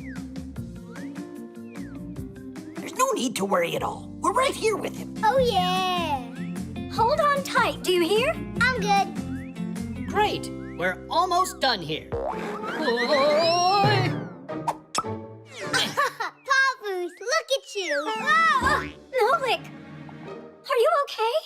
It looks like his head's still on his shoulders. I'm sure next time he'll be more careful. There won't be a next time, you guys. That's all. We are done with swings here. And that's that. No, Marcia! Don't you have something to say? Yeah. We are done with swings here. Go inside the television and think about your behavior. You are grounded. You're being too hard on him. Have you forgotten how much you loved to swing when you were kids? I? Never, ever. I love to swing. What? Who came up with the swing? It may have been the monkeys. They would swing on vines to jump as far as possible. And just for fun. Prehistoric man saw that and decided to give it a try. He even added a board. Then people thought of putting one log on top of another, and the seesaw was invented. Many years have passed, but the basic designs haven't changed. Only the materials are stronger now.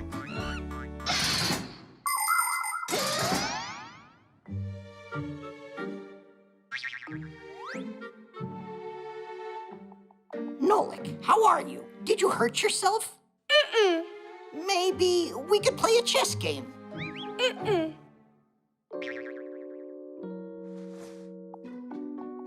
You're upset, huh?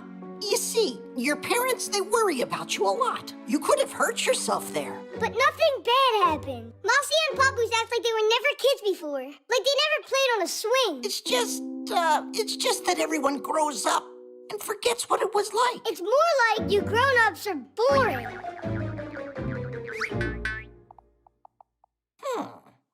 Boring, he said.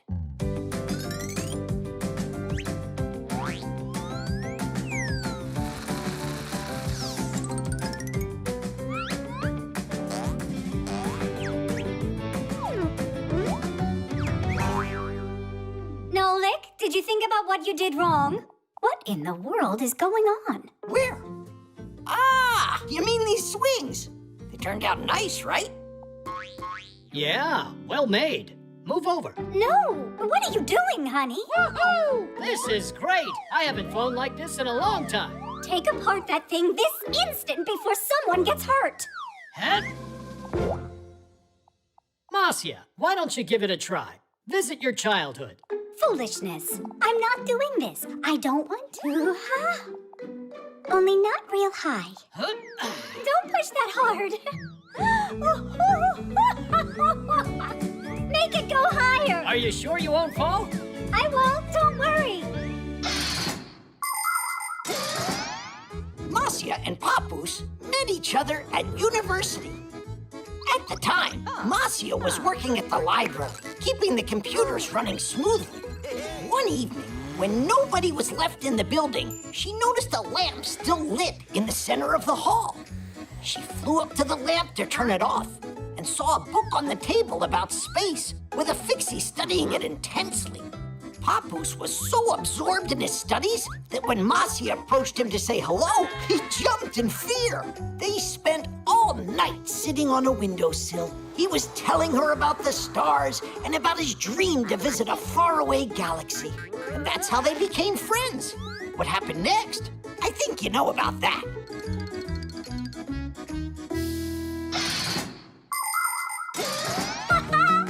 It's so fun! Woohoo! Marcia! Oh, you're swinging? You said we can't have a swing in here. This isn't fair. Nolik, I didn't mean to. I was afraid you'd get hurt and made a mistake. Sometimes adults can act really annoying. So, now I'm allowed to swing? You're allowed. Just hold on tight this time around. Of course, I don't want fall number 2.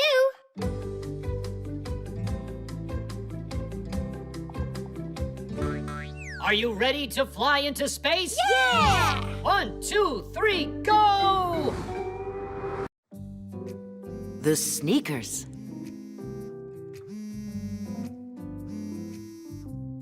Good morning. How are you, Katya?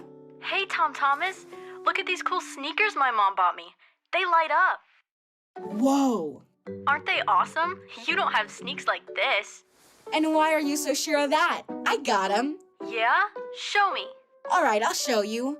Only, I gotta use the bathroom. Call you back soon. Do you really have light-up sneaks like you told her? No. But you know, I have these two friends. They can make almost anything in the world. Light-up sneaks included. Or maybe they can't do it? Actually, they could do it. They would be no problem. Just attach the little lights and you're done. All right, Nolik, you get the batteries. And Tom Thomas, you get your sneaks. Uh-huh. And I'm off to the laboratory to get light-emitting diodes.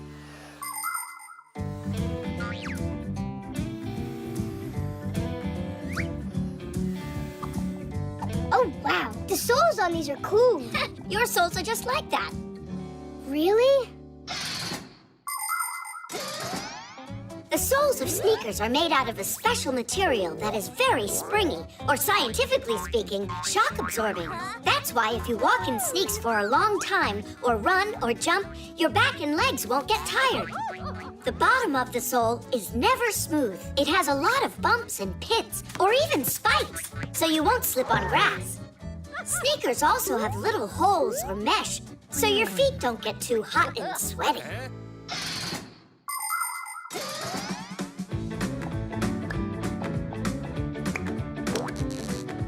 Diddy! Call Katya. So, where are your sneakers? Show me. Here. Whoa! And my lights are so much brighter. But I can turn mine on with a remote. Watch this. They're on. Up. They're off. Ha! Mine turn on and off when I jump. I don't believe you. Oh, Katya, can't see you. What's wrong? Huh? Tom Thomas? Hello? What? The lights on your sneakers, that's not how they work. Don't I have these really good friends who know how to make anything in the world? Yeah. Hello? Hello? Tom Thomas. Oh, everything's working fine again. Watch this. Hup. Now they're on. Hup. Now they're not. Hup. They're on. Hup. They're off. Hup. Hup. Hup. Well, you know, I bet your shoes can't blink. Well, you lose. And my sneaks don't just blink. They can change colors, too. Tom Thomas? Don't you know how to do it? We don't. These lights have one color, that's all. Just one last thing for me. Can you see me? Ugh. Nolik, I got it. Grab your paint gun. Uh-huh. Look, now all the lights are white. But if I want, they can be green, or they can be blue, or I can make them orange if I want to.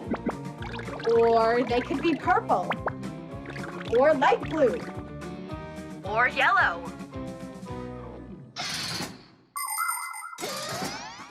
Do you know why little light-emitting diodes are able to burn so brightly? The secret to this wonderful invention is a special multi-layered chip located inside the diode that conducts electricity. These chips are made from thin, round wafers that get many layers added to them. The wafers are then cut into thousands of tiny square pieces, the chips. These chips have atoms with electrons that travel around the nucleus.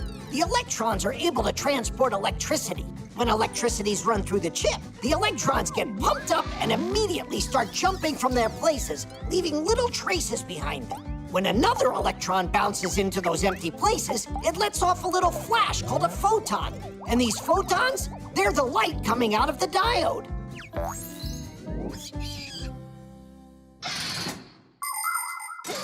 There you go. My sneaks are cooler than your sneaks. And you know what else they have? Little wheels. Yours have wheels on them? What wheels are you talking about? Simka? Oh. Well, I have these really good friends that know how... they're really good friends. You know what? I think you should ask those friends to help you out. We need to go. Right, Nolik? Right. And we're taking our lights, too. Tom Thomas, that wasn't fair. Not fair at all. I agree. Wheels would have been just too much work. Aha! I see it wasn't only me using the Fixies to do everything. Those two can sure keep coming up with crazy ideas. Uh-huh. First this one, then that one.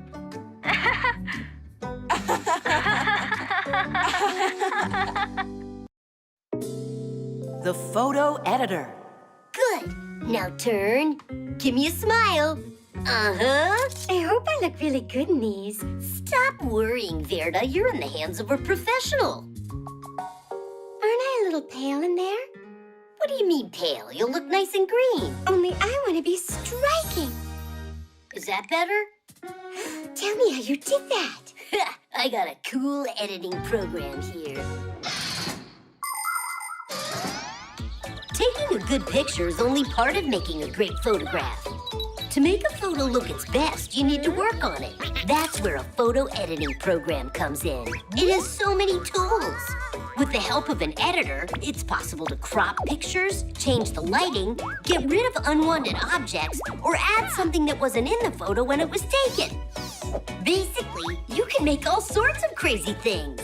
The only limitations are your imagination and skills. If you want, I could make your eyes bigger. You can really do that? I can make you real jewels out of all your photographs. Class! Then give me long eyelashes. That'll be pretty. How about a crown, too? I think it looks great. Oh, Fire, you're a real pro, aren't you? Only I'll need some time to get it done. You know, it's a creative process. I get it, Fire, of course. I'm not going to be a bother. And tell everybody else they should come check out my super-duper photo studio.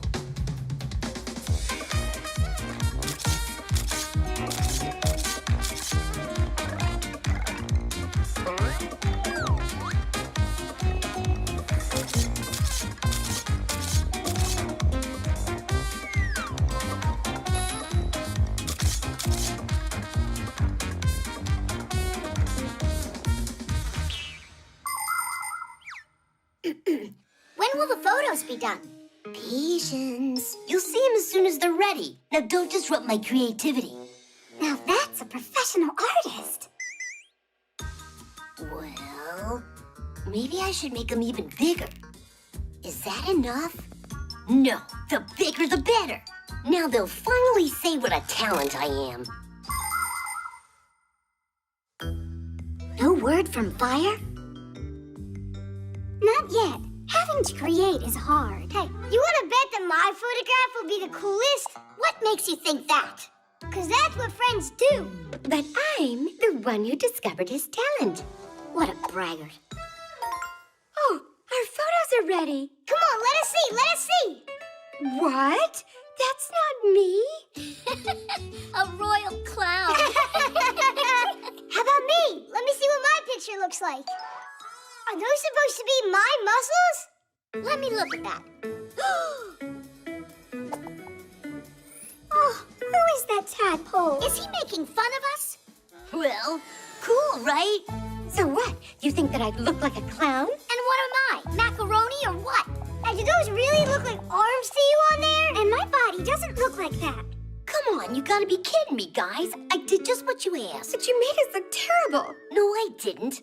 I'm an artist, and that's how I see you. You know what, Mr. Artist? Don't do what you don't know how. Turn them back to what they were before. At least we'll look like us in there. I should even take off the crown? If that's what you want. You're so boring. The art of photography began way back in the middle of the 19th century.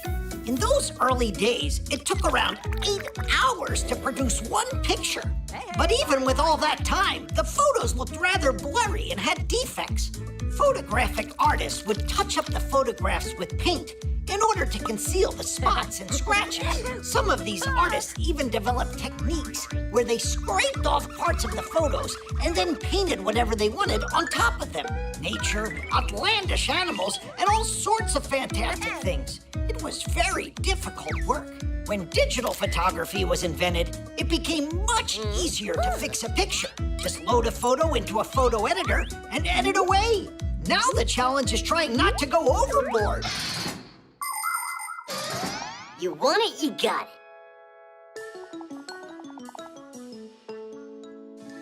Now we're talking. Splendid. Nobody needs that photo editor. Only, I'm looking a bit small in there. It would have been fine if you'd left my eyes a little bigger. And I was a little taller. I like my photo just as it is. Except you could change how you did this background. Then what do you say? Can you In make my it eyes, you can't make them bigger. Come on, Fires. It was Give me a little more muscle. Just don't go crazy. And any background would look just great. You're never gonna be satisfied. The online store. 1, 2, 3, turn it! Simka, you need to turn it in the opposite direction. No, it's righty-tighty, lefty-loosey. Why don't you come down here and do it, and I'll sit back and watch you? My dissertation? It went great. I successfully defended it. Professor Eugenius? No, he didn't congratulate me. I told the professor over and over not to forget about that. He wouldn't be our Eugenius if he wasn't forgetful. You should stop your joking and go and tell the professor about Alysa. 5, 6, 7, 8, 9, 10. We will fix it once again. Whoa. Guess we shouldn't bother him. Then what do we do now? Look at that, Tweak. What is it? A store on the internet? Uh-huh. The professor probably wanted to buy flowers, but got distracted. I think we should finish ordering them for him. There are so many bouquets to choose from. I'm sure he'd want the biggest one. What do you think these numbers mean? The number of flowers that are in it. Oh, everything's already filled in. The name, address, and a number for some kind of card. There, done. Tadoosh! They'll get here in an hour. If there's something you want to buy, you don't have to go out to a store anymore to get it. Clothing, fresh food, electronics, supplies for your pet, or a toy you might like. You can order almost anything you want from an online store without leaving home. It's simple. You pick out what you want, put it in a shopping cart, and pay for it. But kids should only shop online with the help of an adult. Before you know it, your order will be delivered straight to your house. Just as long as you gave them the right address, that is. Ah, what a lovely smell. Oh, there's a note in here. To Professor Eugenius, thanks a lot. I was certain they were from me. Hey, you got it all wrong. They're from him. They're for you. We can fix this, no problem. To Alysa. Done. Another bouquet? These kind of flowers always set off my allergies. Professor Eugenius is so absent-minded. First they get sent to the wrong person, then he sends the wrong kind. We can fix it, no problem. Name, address, done. Why does my phone keep making all these funny sounds today? Don't worry, this time we know that we got everything right. Good job, guys. What is this? How? What happened? Someone used my card and ordered a ton of flowers without me knowing. No, not a ton, just 3. Bouquets, that is. What? You mean you guys never told the professor? Never told me about what? Well, Alysa, she was crying, and you were busy working. We decided to help you out. You decided to help me out by spending a lot of my money? Money? What do you mean, money? You think you can get flowers on the internet without having to pay?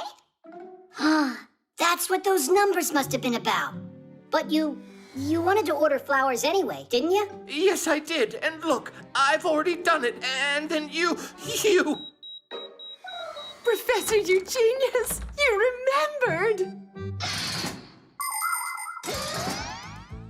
When you're playing a game with play money, you can spend as much as you want. But when you're playing a game on the internet, you have to be careful. Many of the websites out there that offer games and cartoons charge real money that is collected using credit or debit cards. Adults get these cards from their banks or through work. They're convenient for paying at places like restaurants, theaters, or stores. Salesmen put the card in a reader to take money from the buyer's bank account, and the buyer gets a message saying how much money he has left. Now people can pay for things directly from their phones. Only kids, you have to remember this simple rule. Don't buy anything through the internet without the help of an adult. Because with just one click, money can be gone for good. Congratulations on defending your dissertation. You did so well. Thanks so much. But you spent much too much money, dear Professor. Oh, nothing is too much for you, Alysa. Yes, and I'll make sure that the plant is taken care of properly. It will get watered and fed every single day. And I'll watch you, so I can tell you how you're supposed to be watering them. The book. Where did Tom Thomas go today? He went with his mom to the post office to pick up a package from his grandma. Class, I can't wait to see it.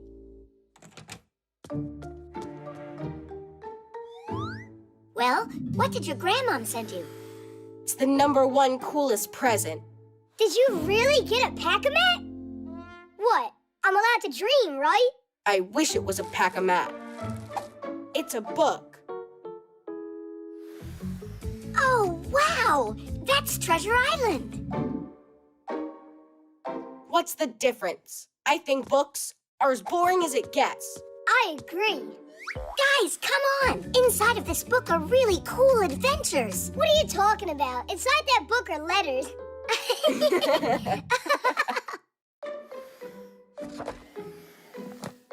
So, you're really not interested at all? Nuh-uh. By the way, inside this book there aren't just letters. It's got pictures. Pictures? A lot of them. And they're exciting, colorful, and huge. How about we take a little peek at those pictures?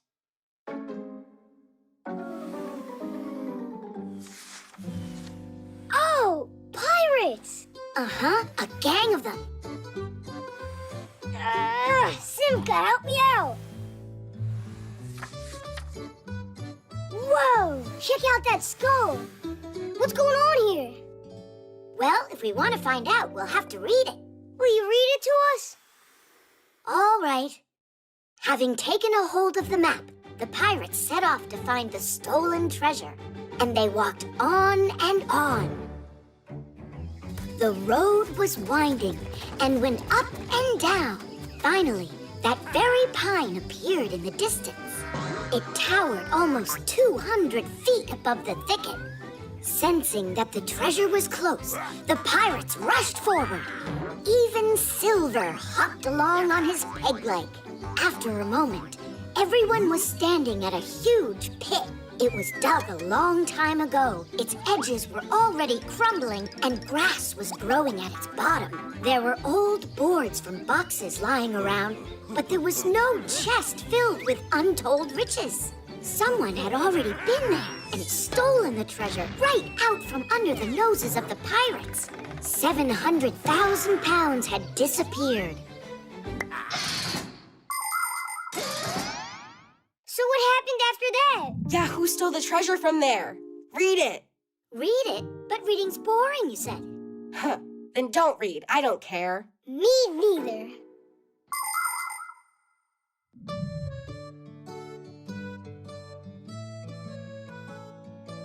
Oh, it's the guy who thinks reading is boring. What? I wasn't reading. I was looking at the pictures. I can't believe you! You're reading it without me? Grab it!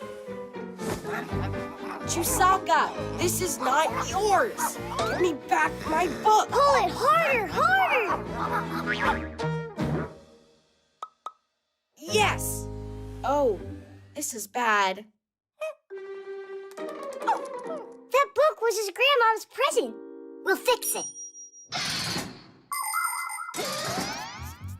In ancient times, people copied books by hand, but now they are made in printing houses. First, a mock-up is produced to place the text and pictures where they belong. The pages are then transferred to metal plates, which are loaded onto rollers. Ink on the rollers is pressed onto paper as it passes through the printer. The pages are then trimmed to size and stacked into reams. Next, the pages are put into order, stitched together into the inner book, and finally glued to the cover. Good. Now, carefully. Great job.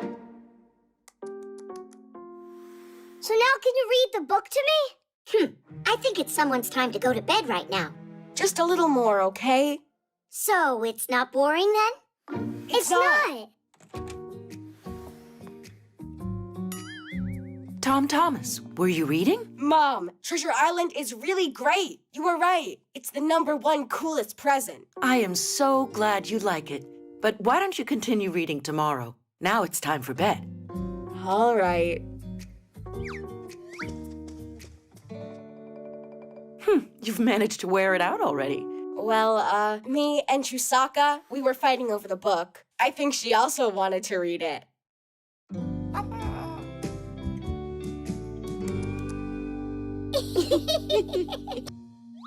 Memory.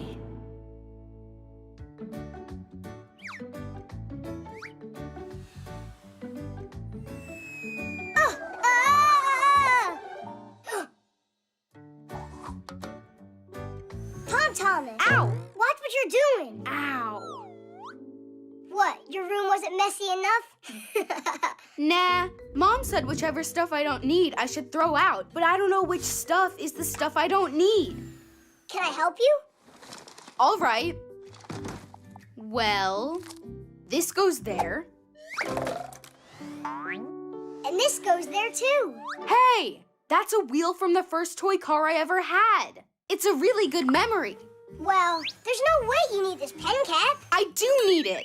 It's from Katya's old pen. So you're gonna keep it? Uh-huh. And this broken flashlight? Even we couldn't fix it. All right. And this cube. Remember how you glued it together? Your memory's amazing. You're like a computer. Memory is what helps humans not to forget anything. Memory is like a huge library where everything that people do or learn is stored. And this collection grows every single day. Computers, tablets, and phones have memory too. Only theirs is limited and can get filled up at the very worst time. But you can add memory if you have to by adding a memory card, using an external drive, or putting files on the cloud through the internet. Cool, we did it. The memories are stored away. One last thing. Done. Hey! Papa's and I almost got thrown out because of that feather. That's why I did it. It belongs in a trash can. But this is a memory too. No! Whoa! But you filled up the whole box. No, like, it's not your box. I get to choose what goes in it. What's that? Huh? Let go! Or you're not my friend anymore. Tom Thomas, great job. Just look how much trash you found. No, Mom. That's all the stuff I want to save. And this? Are you sure? Should we make your room into a storage locker? We can move your bed out there. What do you want to do that for? It's because there won't be any room left in here pretty soon. Why don't you pick out what's really valuable to you? All right. There you go. Now that's a lot better. It's the most valuable thing. For real. Your choice. Nolik, Mom's gone now. Nolik, where did you go? Memorabilia helps us remember things we have enjoyed. They could be photos, drawings, figurines, magnets, just about anything. But when you have too many of them piling up and they're not organized at all, those pleasant memories can quickly disappear. If you want to organize your pictures, you can scan them and store them inside your computer. You can nicely arrange your figurines on a shelf and keep them dusted. And while you're getting organized, if you find something you don't need, you don't have to just throw it out. Try to figure out if there's some new way that you could use it. For instance, a cracked kettle could become a lovely flower pot. And don't forget, before you buy something new, really think about it. Maybe you already have it at home. Nolik! Are you mad at me? Nolik! Mom, stop!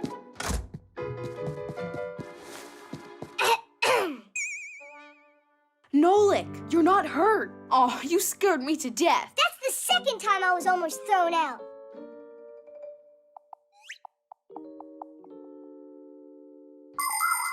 Come on, stop sulking. I said I was sorry, didn't I? And I saved the feather as a memory. Huh? So we won't fight anymore. Maybe we should throw that feather out.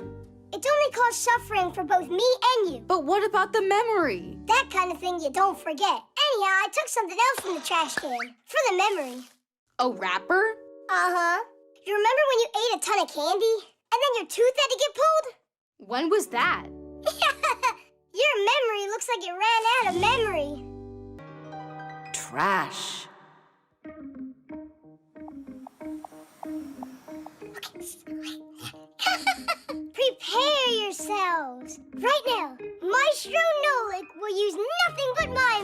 to switch these shapes around. Yay! Abracadabra! Alika! Achoo! Maestro, you appear to have grown a third hand. Teddy! Splendid. Bravo, Maestro. Bravo. Let's go to the laboratory. Something really cool's about to start there. Wait, I'm not done. I have some more tricks for you.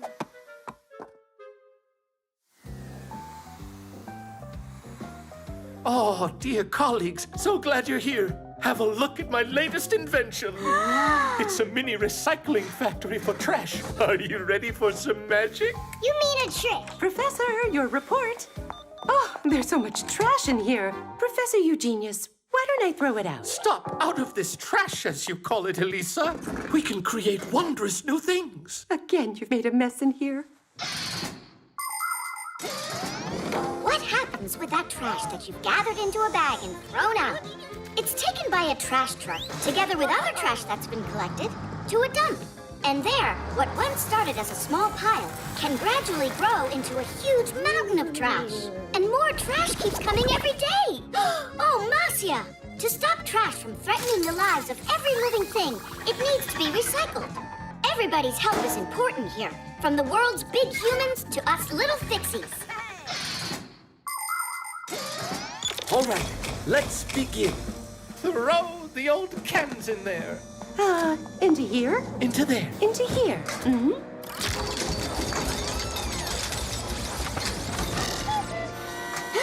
Splendid. You see, the machine recycled the old metal can into a new shiny one. What a silly trick. Nolik, quiet. I'm telling you, he had the new can planted in there. It's time for glass. All right, Alysa, go on. Into here? Into there, Alysa. Into here. It's that sweet little vase that you went and dropped yesterday. It's like new again. He glued it together, no doubt. You don't know anything about it. And now, Alysa, I want you to load my report into there. No, Professor! I will make the sacrifice for science. Oh. 1 second. Wait, I got it. What do you think, Alysa? What a joke! You're really gonna tell me that the machine made that? Well, yeah. It's got an eraser to wipe off the letters. No, quiet down. This is a total fraud. Nolik, you're the only fraud around here. Oh, yeah? I'm gonna prove it to you. And now, the final experiment. You have never seen anything like it. We put some plastic in there, then press on here like that. No! No what? No inventory. I need you to bring some more plastic right away. Uh-huh. How could this... Nolik, look at that. The sneaker that the machine made is your color. Nolik? Nolik!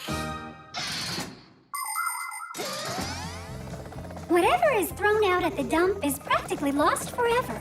Cans, plastic, and glass will just lay unchanged in the ground for hundreds of years. What a waste, because these things can be recycled.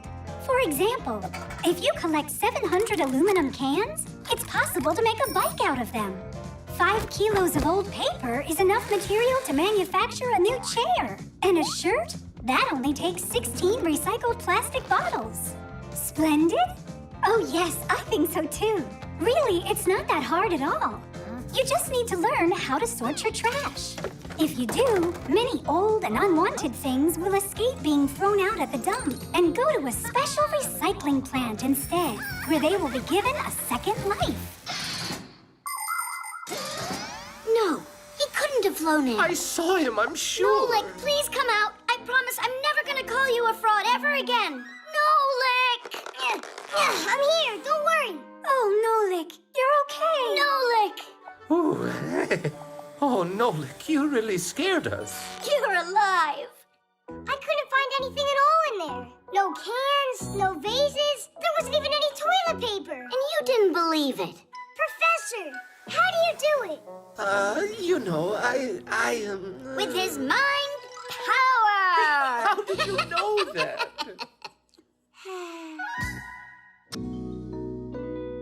The air conditioner. Hey, Greenie! Peekaboo! Woohoo! Here, kitty kitty.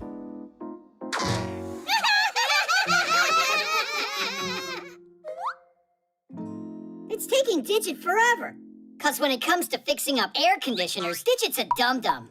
He said he knows how they work inside out. He should prove it. Leon! Woohoo! Geek, be careful. You could fall down. When are you gonna learn to tell Geek and I apart?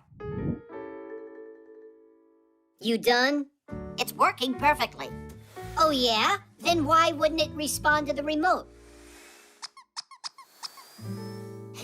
Because it's got a stuck button. Where? Oh. Guys, why did you push it like that? It can only be fixed from the inside. An air conditioner gives relief from the heat. It has two main parts. One hangs outside of the house and the other inside. The air in the room is sucked into the unit, where it passes over cooling coils filled up with gas. The heat pulled out of the air is pushed out to the street with a fan, and the ice-cold air is sent back into the room. By the way, some air conditioners not only cool the air, but can warm it up as well. You can turn it on in the winter and enjoy. Piece of cake. That's great. We can finally get cooled off. It's so dusty in here. You'd think they'd clean up, at least once in a while. Ah, I love it cool. Let's make it a bit warmer. I feel cold. Well, I feel hot. You're gonna freeze me. It just doesn't want to stay in place. And you're gonna roast me in here. And now this one? A little heat can't break your bones, especially since you don't have any.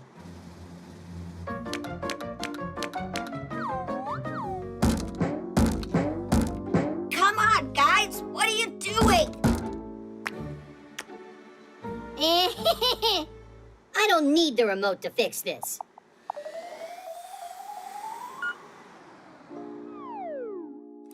Ha-ha! Who's laughing now? We'll see about this.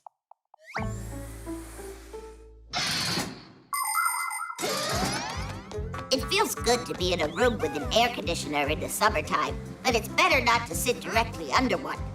You might end up catching a cold and spending your vacation stuck in the house.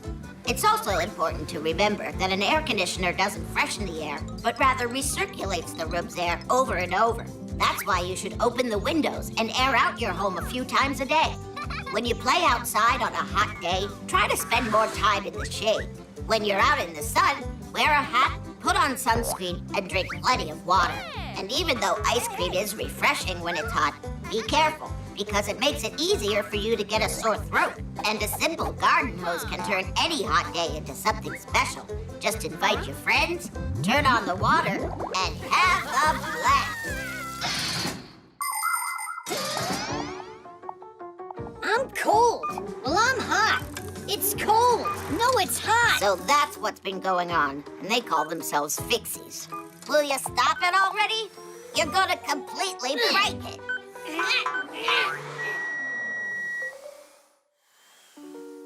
There you go. Didn't I warn you?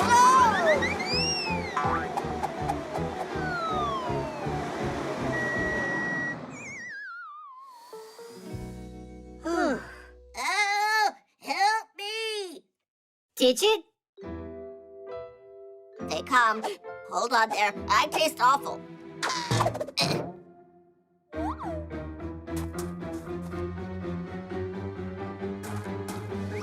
No! Someone help!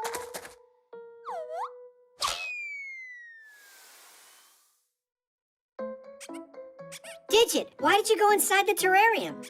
Leon got spooked. Well, see what you've done? Digit has a cold now. What? It's all because of that stuffy air of yours. What? If it hadn't been for you, Huh? Where are you going? What about fixing the air conditioner? Fix it?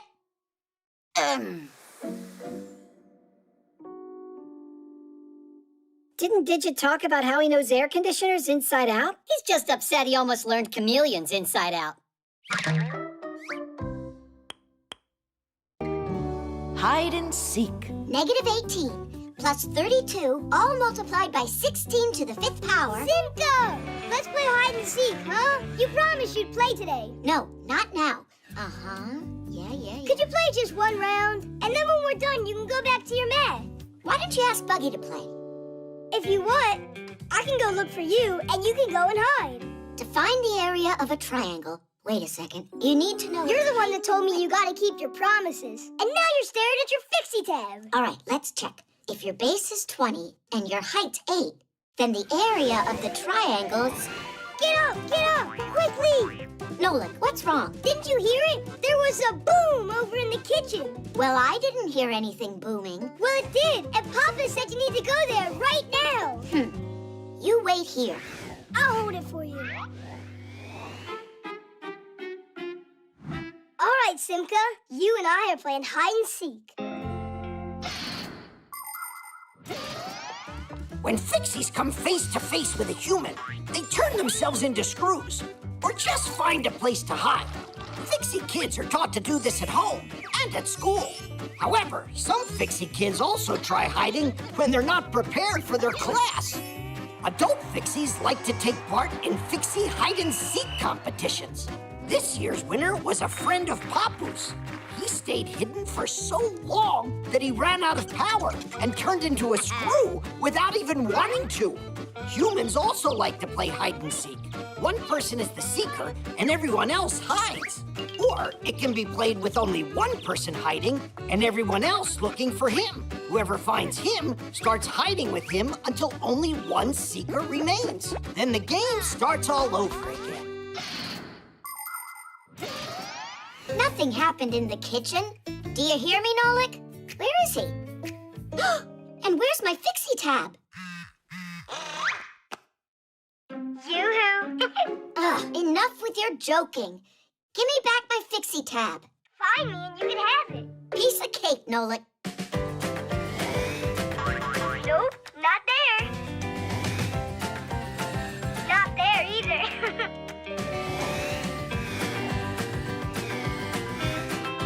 Want a hint? How about we play You're on Fire? You're really cold. Ooh, you're freezing. Getting warmer. Oh, you're hot. You're on fire. If I'm on fire, then where are you? If you're on fire, it means you burned down. It means you went the wrong way. You got it all backwards. When I'm getting closer, it's hot. When I'm getting further, it's cold. That's how the game works. Get it? Really? Okay, I know an easier way. Should I go to the left or the right?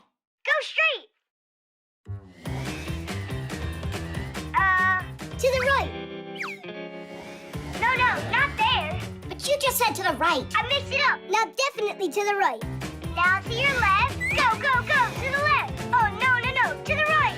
Turn left. Oh, no, I mean to the right. You went the wrong way again. I'd rather look for you without any of your clues. Television, television, television, television, television, drits, it's television, drits, it's television, drits, it's television, where two Fixies hide inside, drits, it's television, drits, it's television, drits, it's television, where two Fixies hide inside. Calculator, generator, what are you doing? Synthesizer.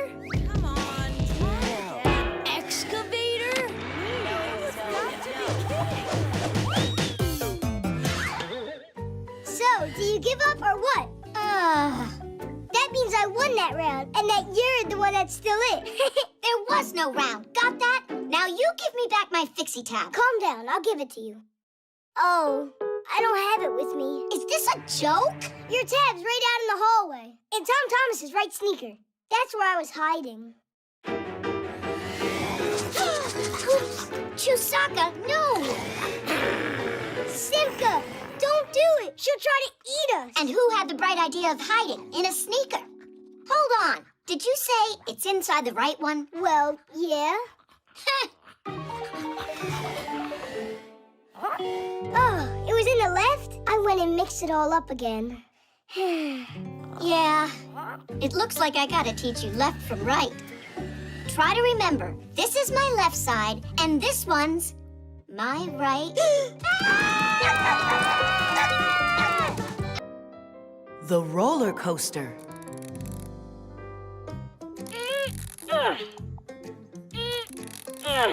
It's all done. Can we take a ride on it already? You need to tighten those up, and these a bit more. I've tightened these bolts so many times. It's a very intricate mechanism. It has to run precisely as a clock. There, is that all? It should be. Just one thing. This roller coaster must be tested first. That's what I told you. We should ride it. Not yet. Wait right here. And don't touch anything, all right?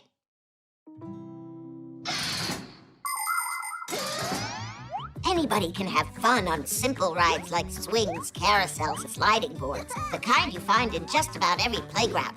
But for real excitement, nothing beats the huge rides at amusement parks that can lift you up at high speed, twirl you around and around, or even send you upside down. Before any of these rides are open to the public, they go through a long and thorough inspection, with the first passengers being heavy bags or mannequins. Oh, whoa! Looks like we came to the right place. Is this your roller coaster? Mine and Digit's. Hey, Digit said not to turn it on. We still have to test out this ride. So, test it on us. Without Digit? Ugh, enough already with Digit. You scared to start it yourself? Me? Well, yeah. Why's Digit allowed and you're not? Yeah, why not? I know how to use these buttons too. Are you ready?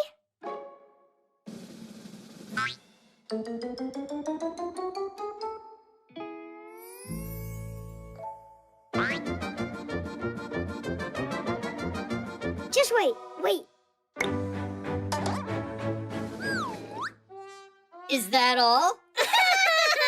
Yeah, guess we gotta wait for Digit. All right, let us out. How? It's enough joking around. Let us out! It's awesome! Ha, super! Huh? One more? Okay, yeah! Woohoo! You can stop it now. Hey, are you joking? It must be this one. Hit the brake! It's enough! The lever!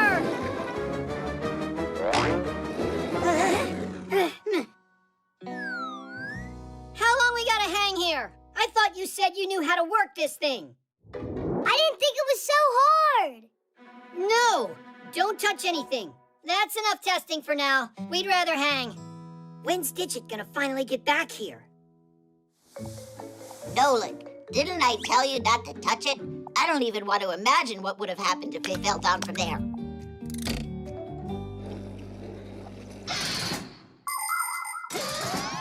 When you're going to take a ride, even a simple one, there are a few rules to follow to stay safe. On swings and merry-go-rounds, hold on to the chains or pull tightly.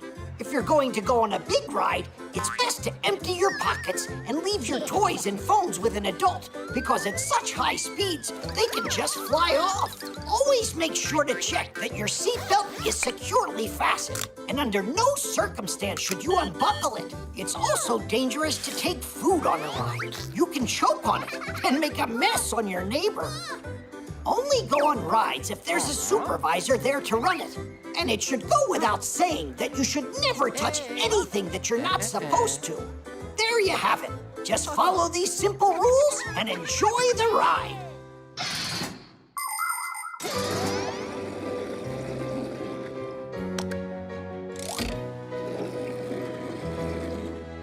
The roller coaster is now open for rides. Yeah? All right. And can I go on? What if 54 tests aren't enough? I think the only one thing that hasn't been tested yet are the nerves of our inventor. And I know just how to test them. Hey, got him. Are you sure about this?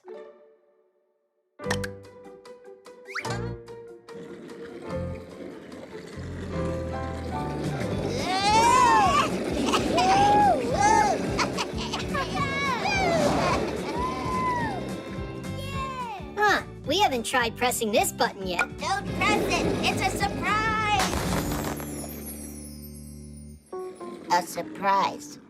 Meant for Tula. That was awesome. One more time. The quadcopter. Katya, would you like to go with me? No. Suppose that you wanted... Nah. Just say what you want to say. Katya, let's go to the movies. That's easy for you to say. This is about asking her to go to the movies, not a walk. Ah. Well, in that case, just send a text to her. Or better, write a letter and send it. By the time it gets to her, the movie will be over already. And what if we send it by quadcopter? Class! And I can send back Katya's marker, too. Now launching our postal quadcopter.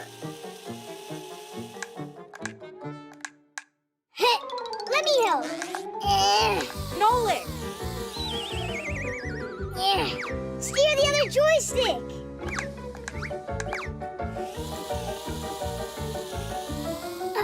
That was a good job. A quadcopter looks like a helicopter, only it's smaller, and it has 4 rotors. They can also carry a camera, which means they can not only fly fast, but can shoot videos and photos too. These devices are used by journalists to help document their stories, and by cameramen to shoot from high above the action. Quadcopters also help rescuers find missing people. And soon, they'll be delivering groceries and packages.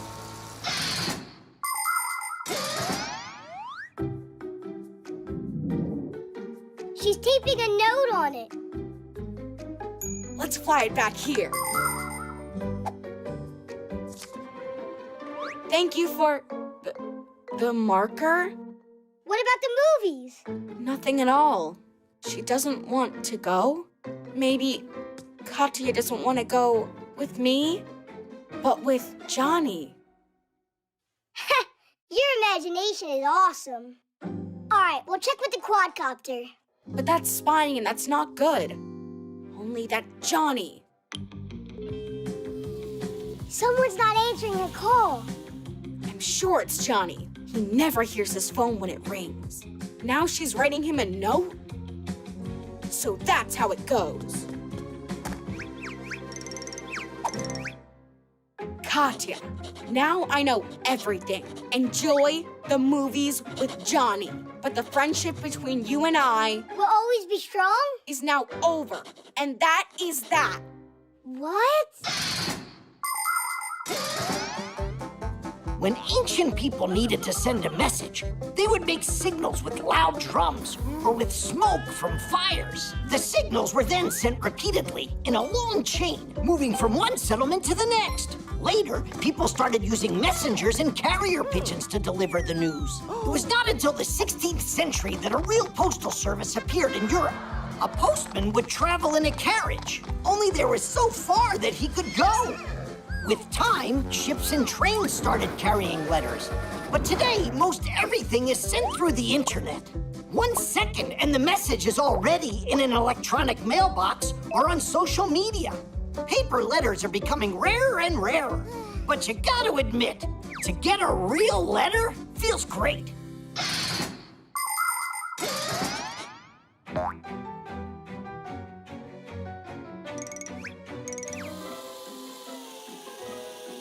You sure you want to send that back to her? No, I want to hand it to her. But then she'll find out that we were spying. Katya?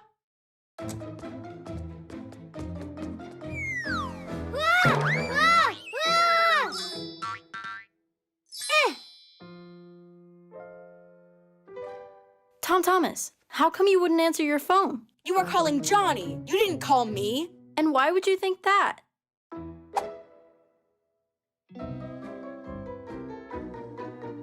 7 missed calls?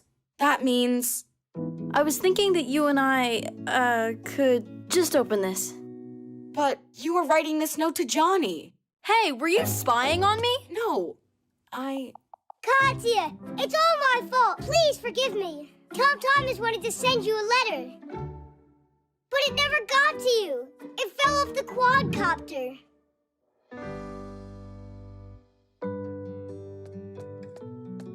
Come on, read already. Tom Thomas, let's go to the movies. Promise you won't spy on me ever again. You picked the movie out. Dinesh! The pump.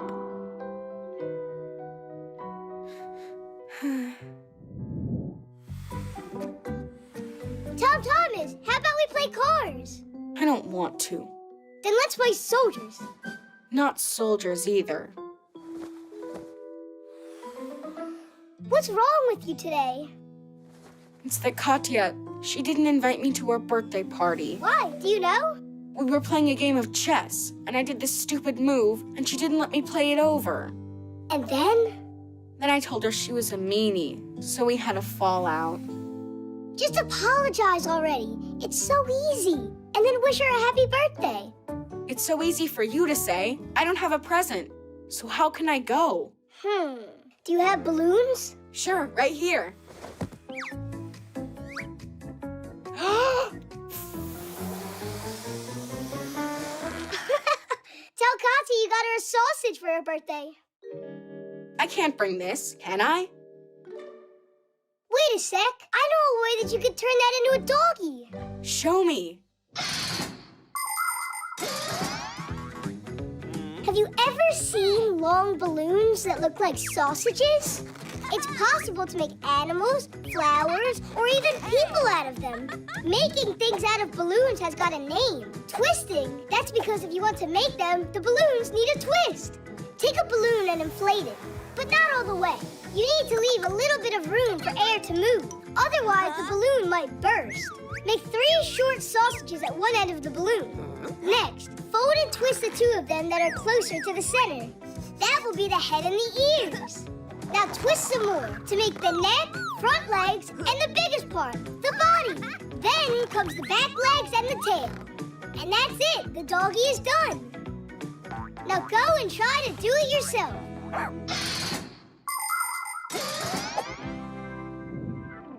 It's not big enough for a gift. You need to give her more than that.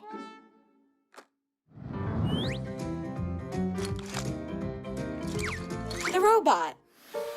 A broken one? You think this car would be good? Maybe that could work. Oh, I forgot about this. It's a ball for exercising someone gave me a while ago. That'll work. Only you need to blow it up. It's prettier that way.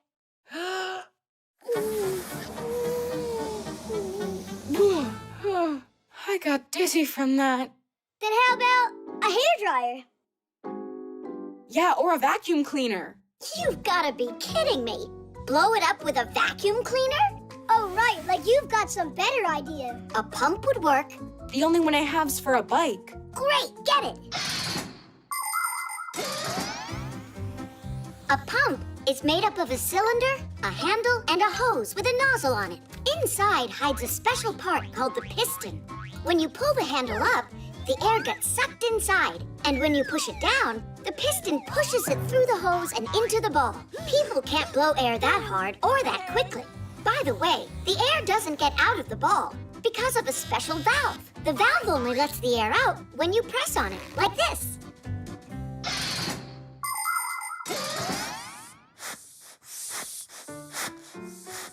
What inspired you to take out that old present after a year? Tom Thomas is going to give it to Katya for her birthday. Are you guys serious? You're gonna give her some old thing you don't want? Come on, Simka. The ball's practically new. I'd say used is more like it. A present is something you should put your heart into. And what did you put into that? He put the air in it. Look how he's pumping. Anyway, you can't give presents like that. Yes, you can. No. Yes. No. Yes.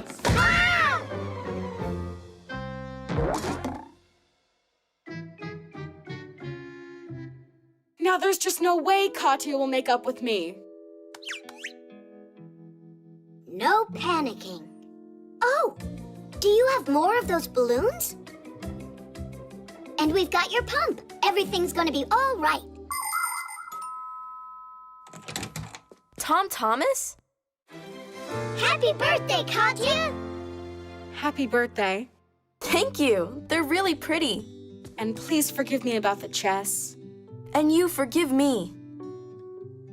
Kitties! Katya, how about we never fight again? All right. Peace. While you two are not fighting in here, there, your cake will be eaten up. Nolik, what, are you worried that you're not gonna get any? The sleigh.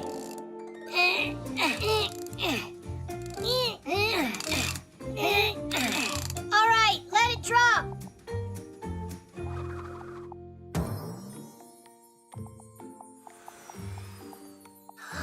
Look at that.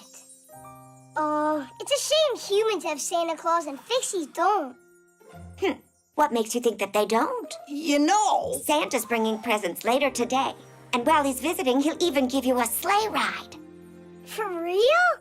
Hooray! can I have a second to talk with you? What's all this nonsense? Where are we supposed to find some Santa Claus for this? I figured it all out. Tell me you're joking. No, I won't have this masquerade. Trying to do something fun for the kids is too much for you? Ah, I see. Can you put together a sleigh at least? I'll take care of the rest myself.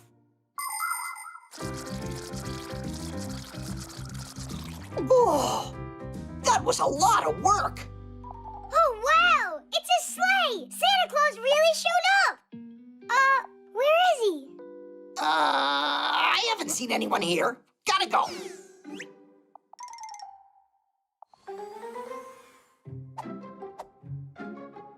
I'll take one ride, that's all. Santa Claus won't care.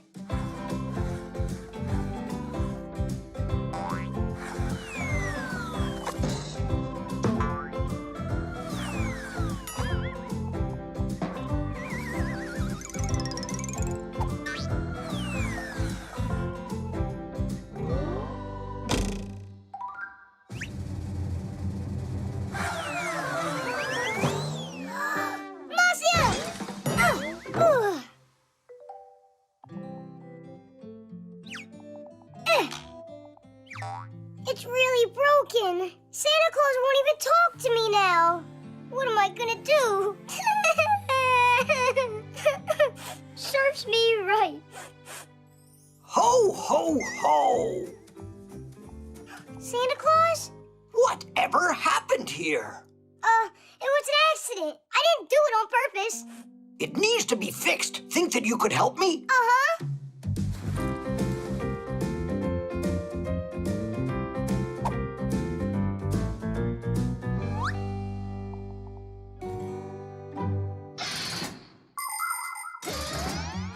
Sleds and sleighs are simple but very useful things. Just attach a seat to a pair of runners, and the sled is ready to carry people or loads. In snowy places where cars might get stuck, a sled can easily glide right on top of the snow. And if you harness a dog to one, no one will be able to keep up with you. There are even different kinds of sports that feature dog sledding. There are also people who attach sails to sleds so they can catch the wind and sail along the ice at high speeds. And of course, you can just have fun going sledding. The more people on board, the faster you'll go. You can climb to the top of a hill with your family and sled on down together. You'll fly so fast the wind might whistle in your ears. Hey, hey, hey! Look out below!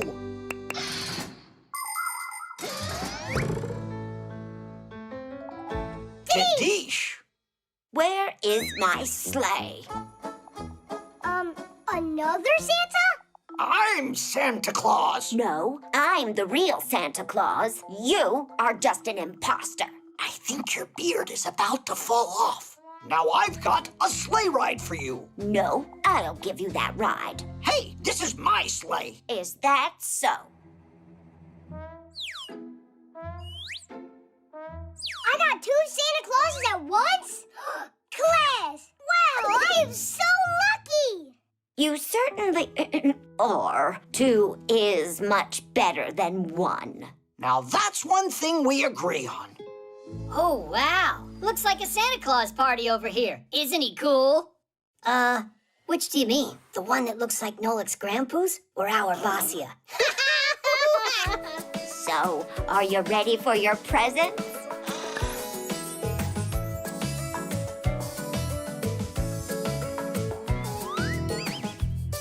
I will go grab my sled from the tool shed, put on gloves and a hat onto my head. Then I'll go, then I'll go, then I'll go. Oh, the wind is so freezing, it's frightening. As I race down the hill just like lightning, on the cold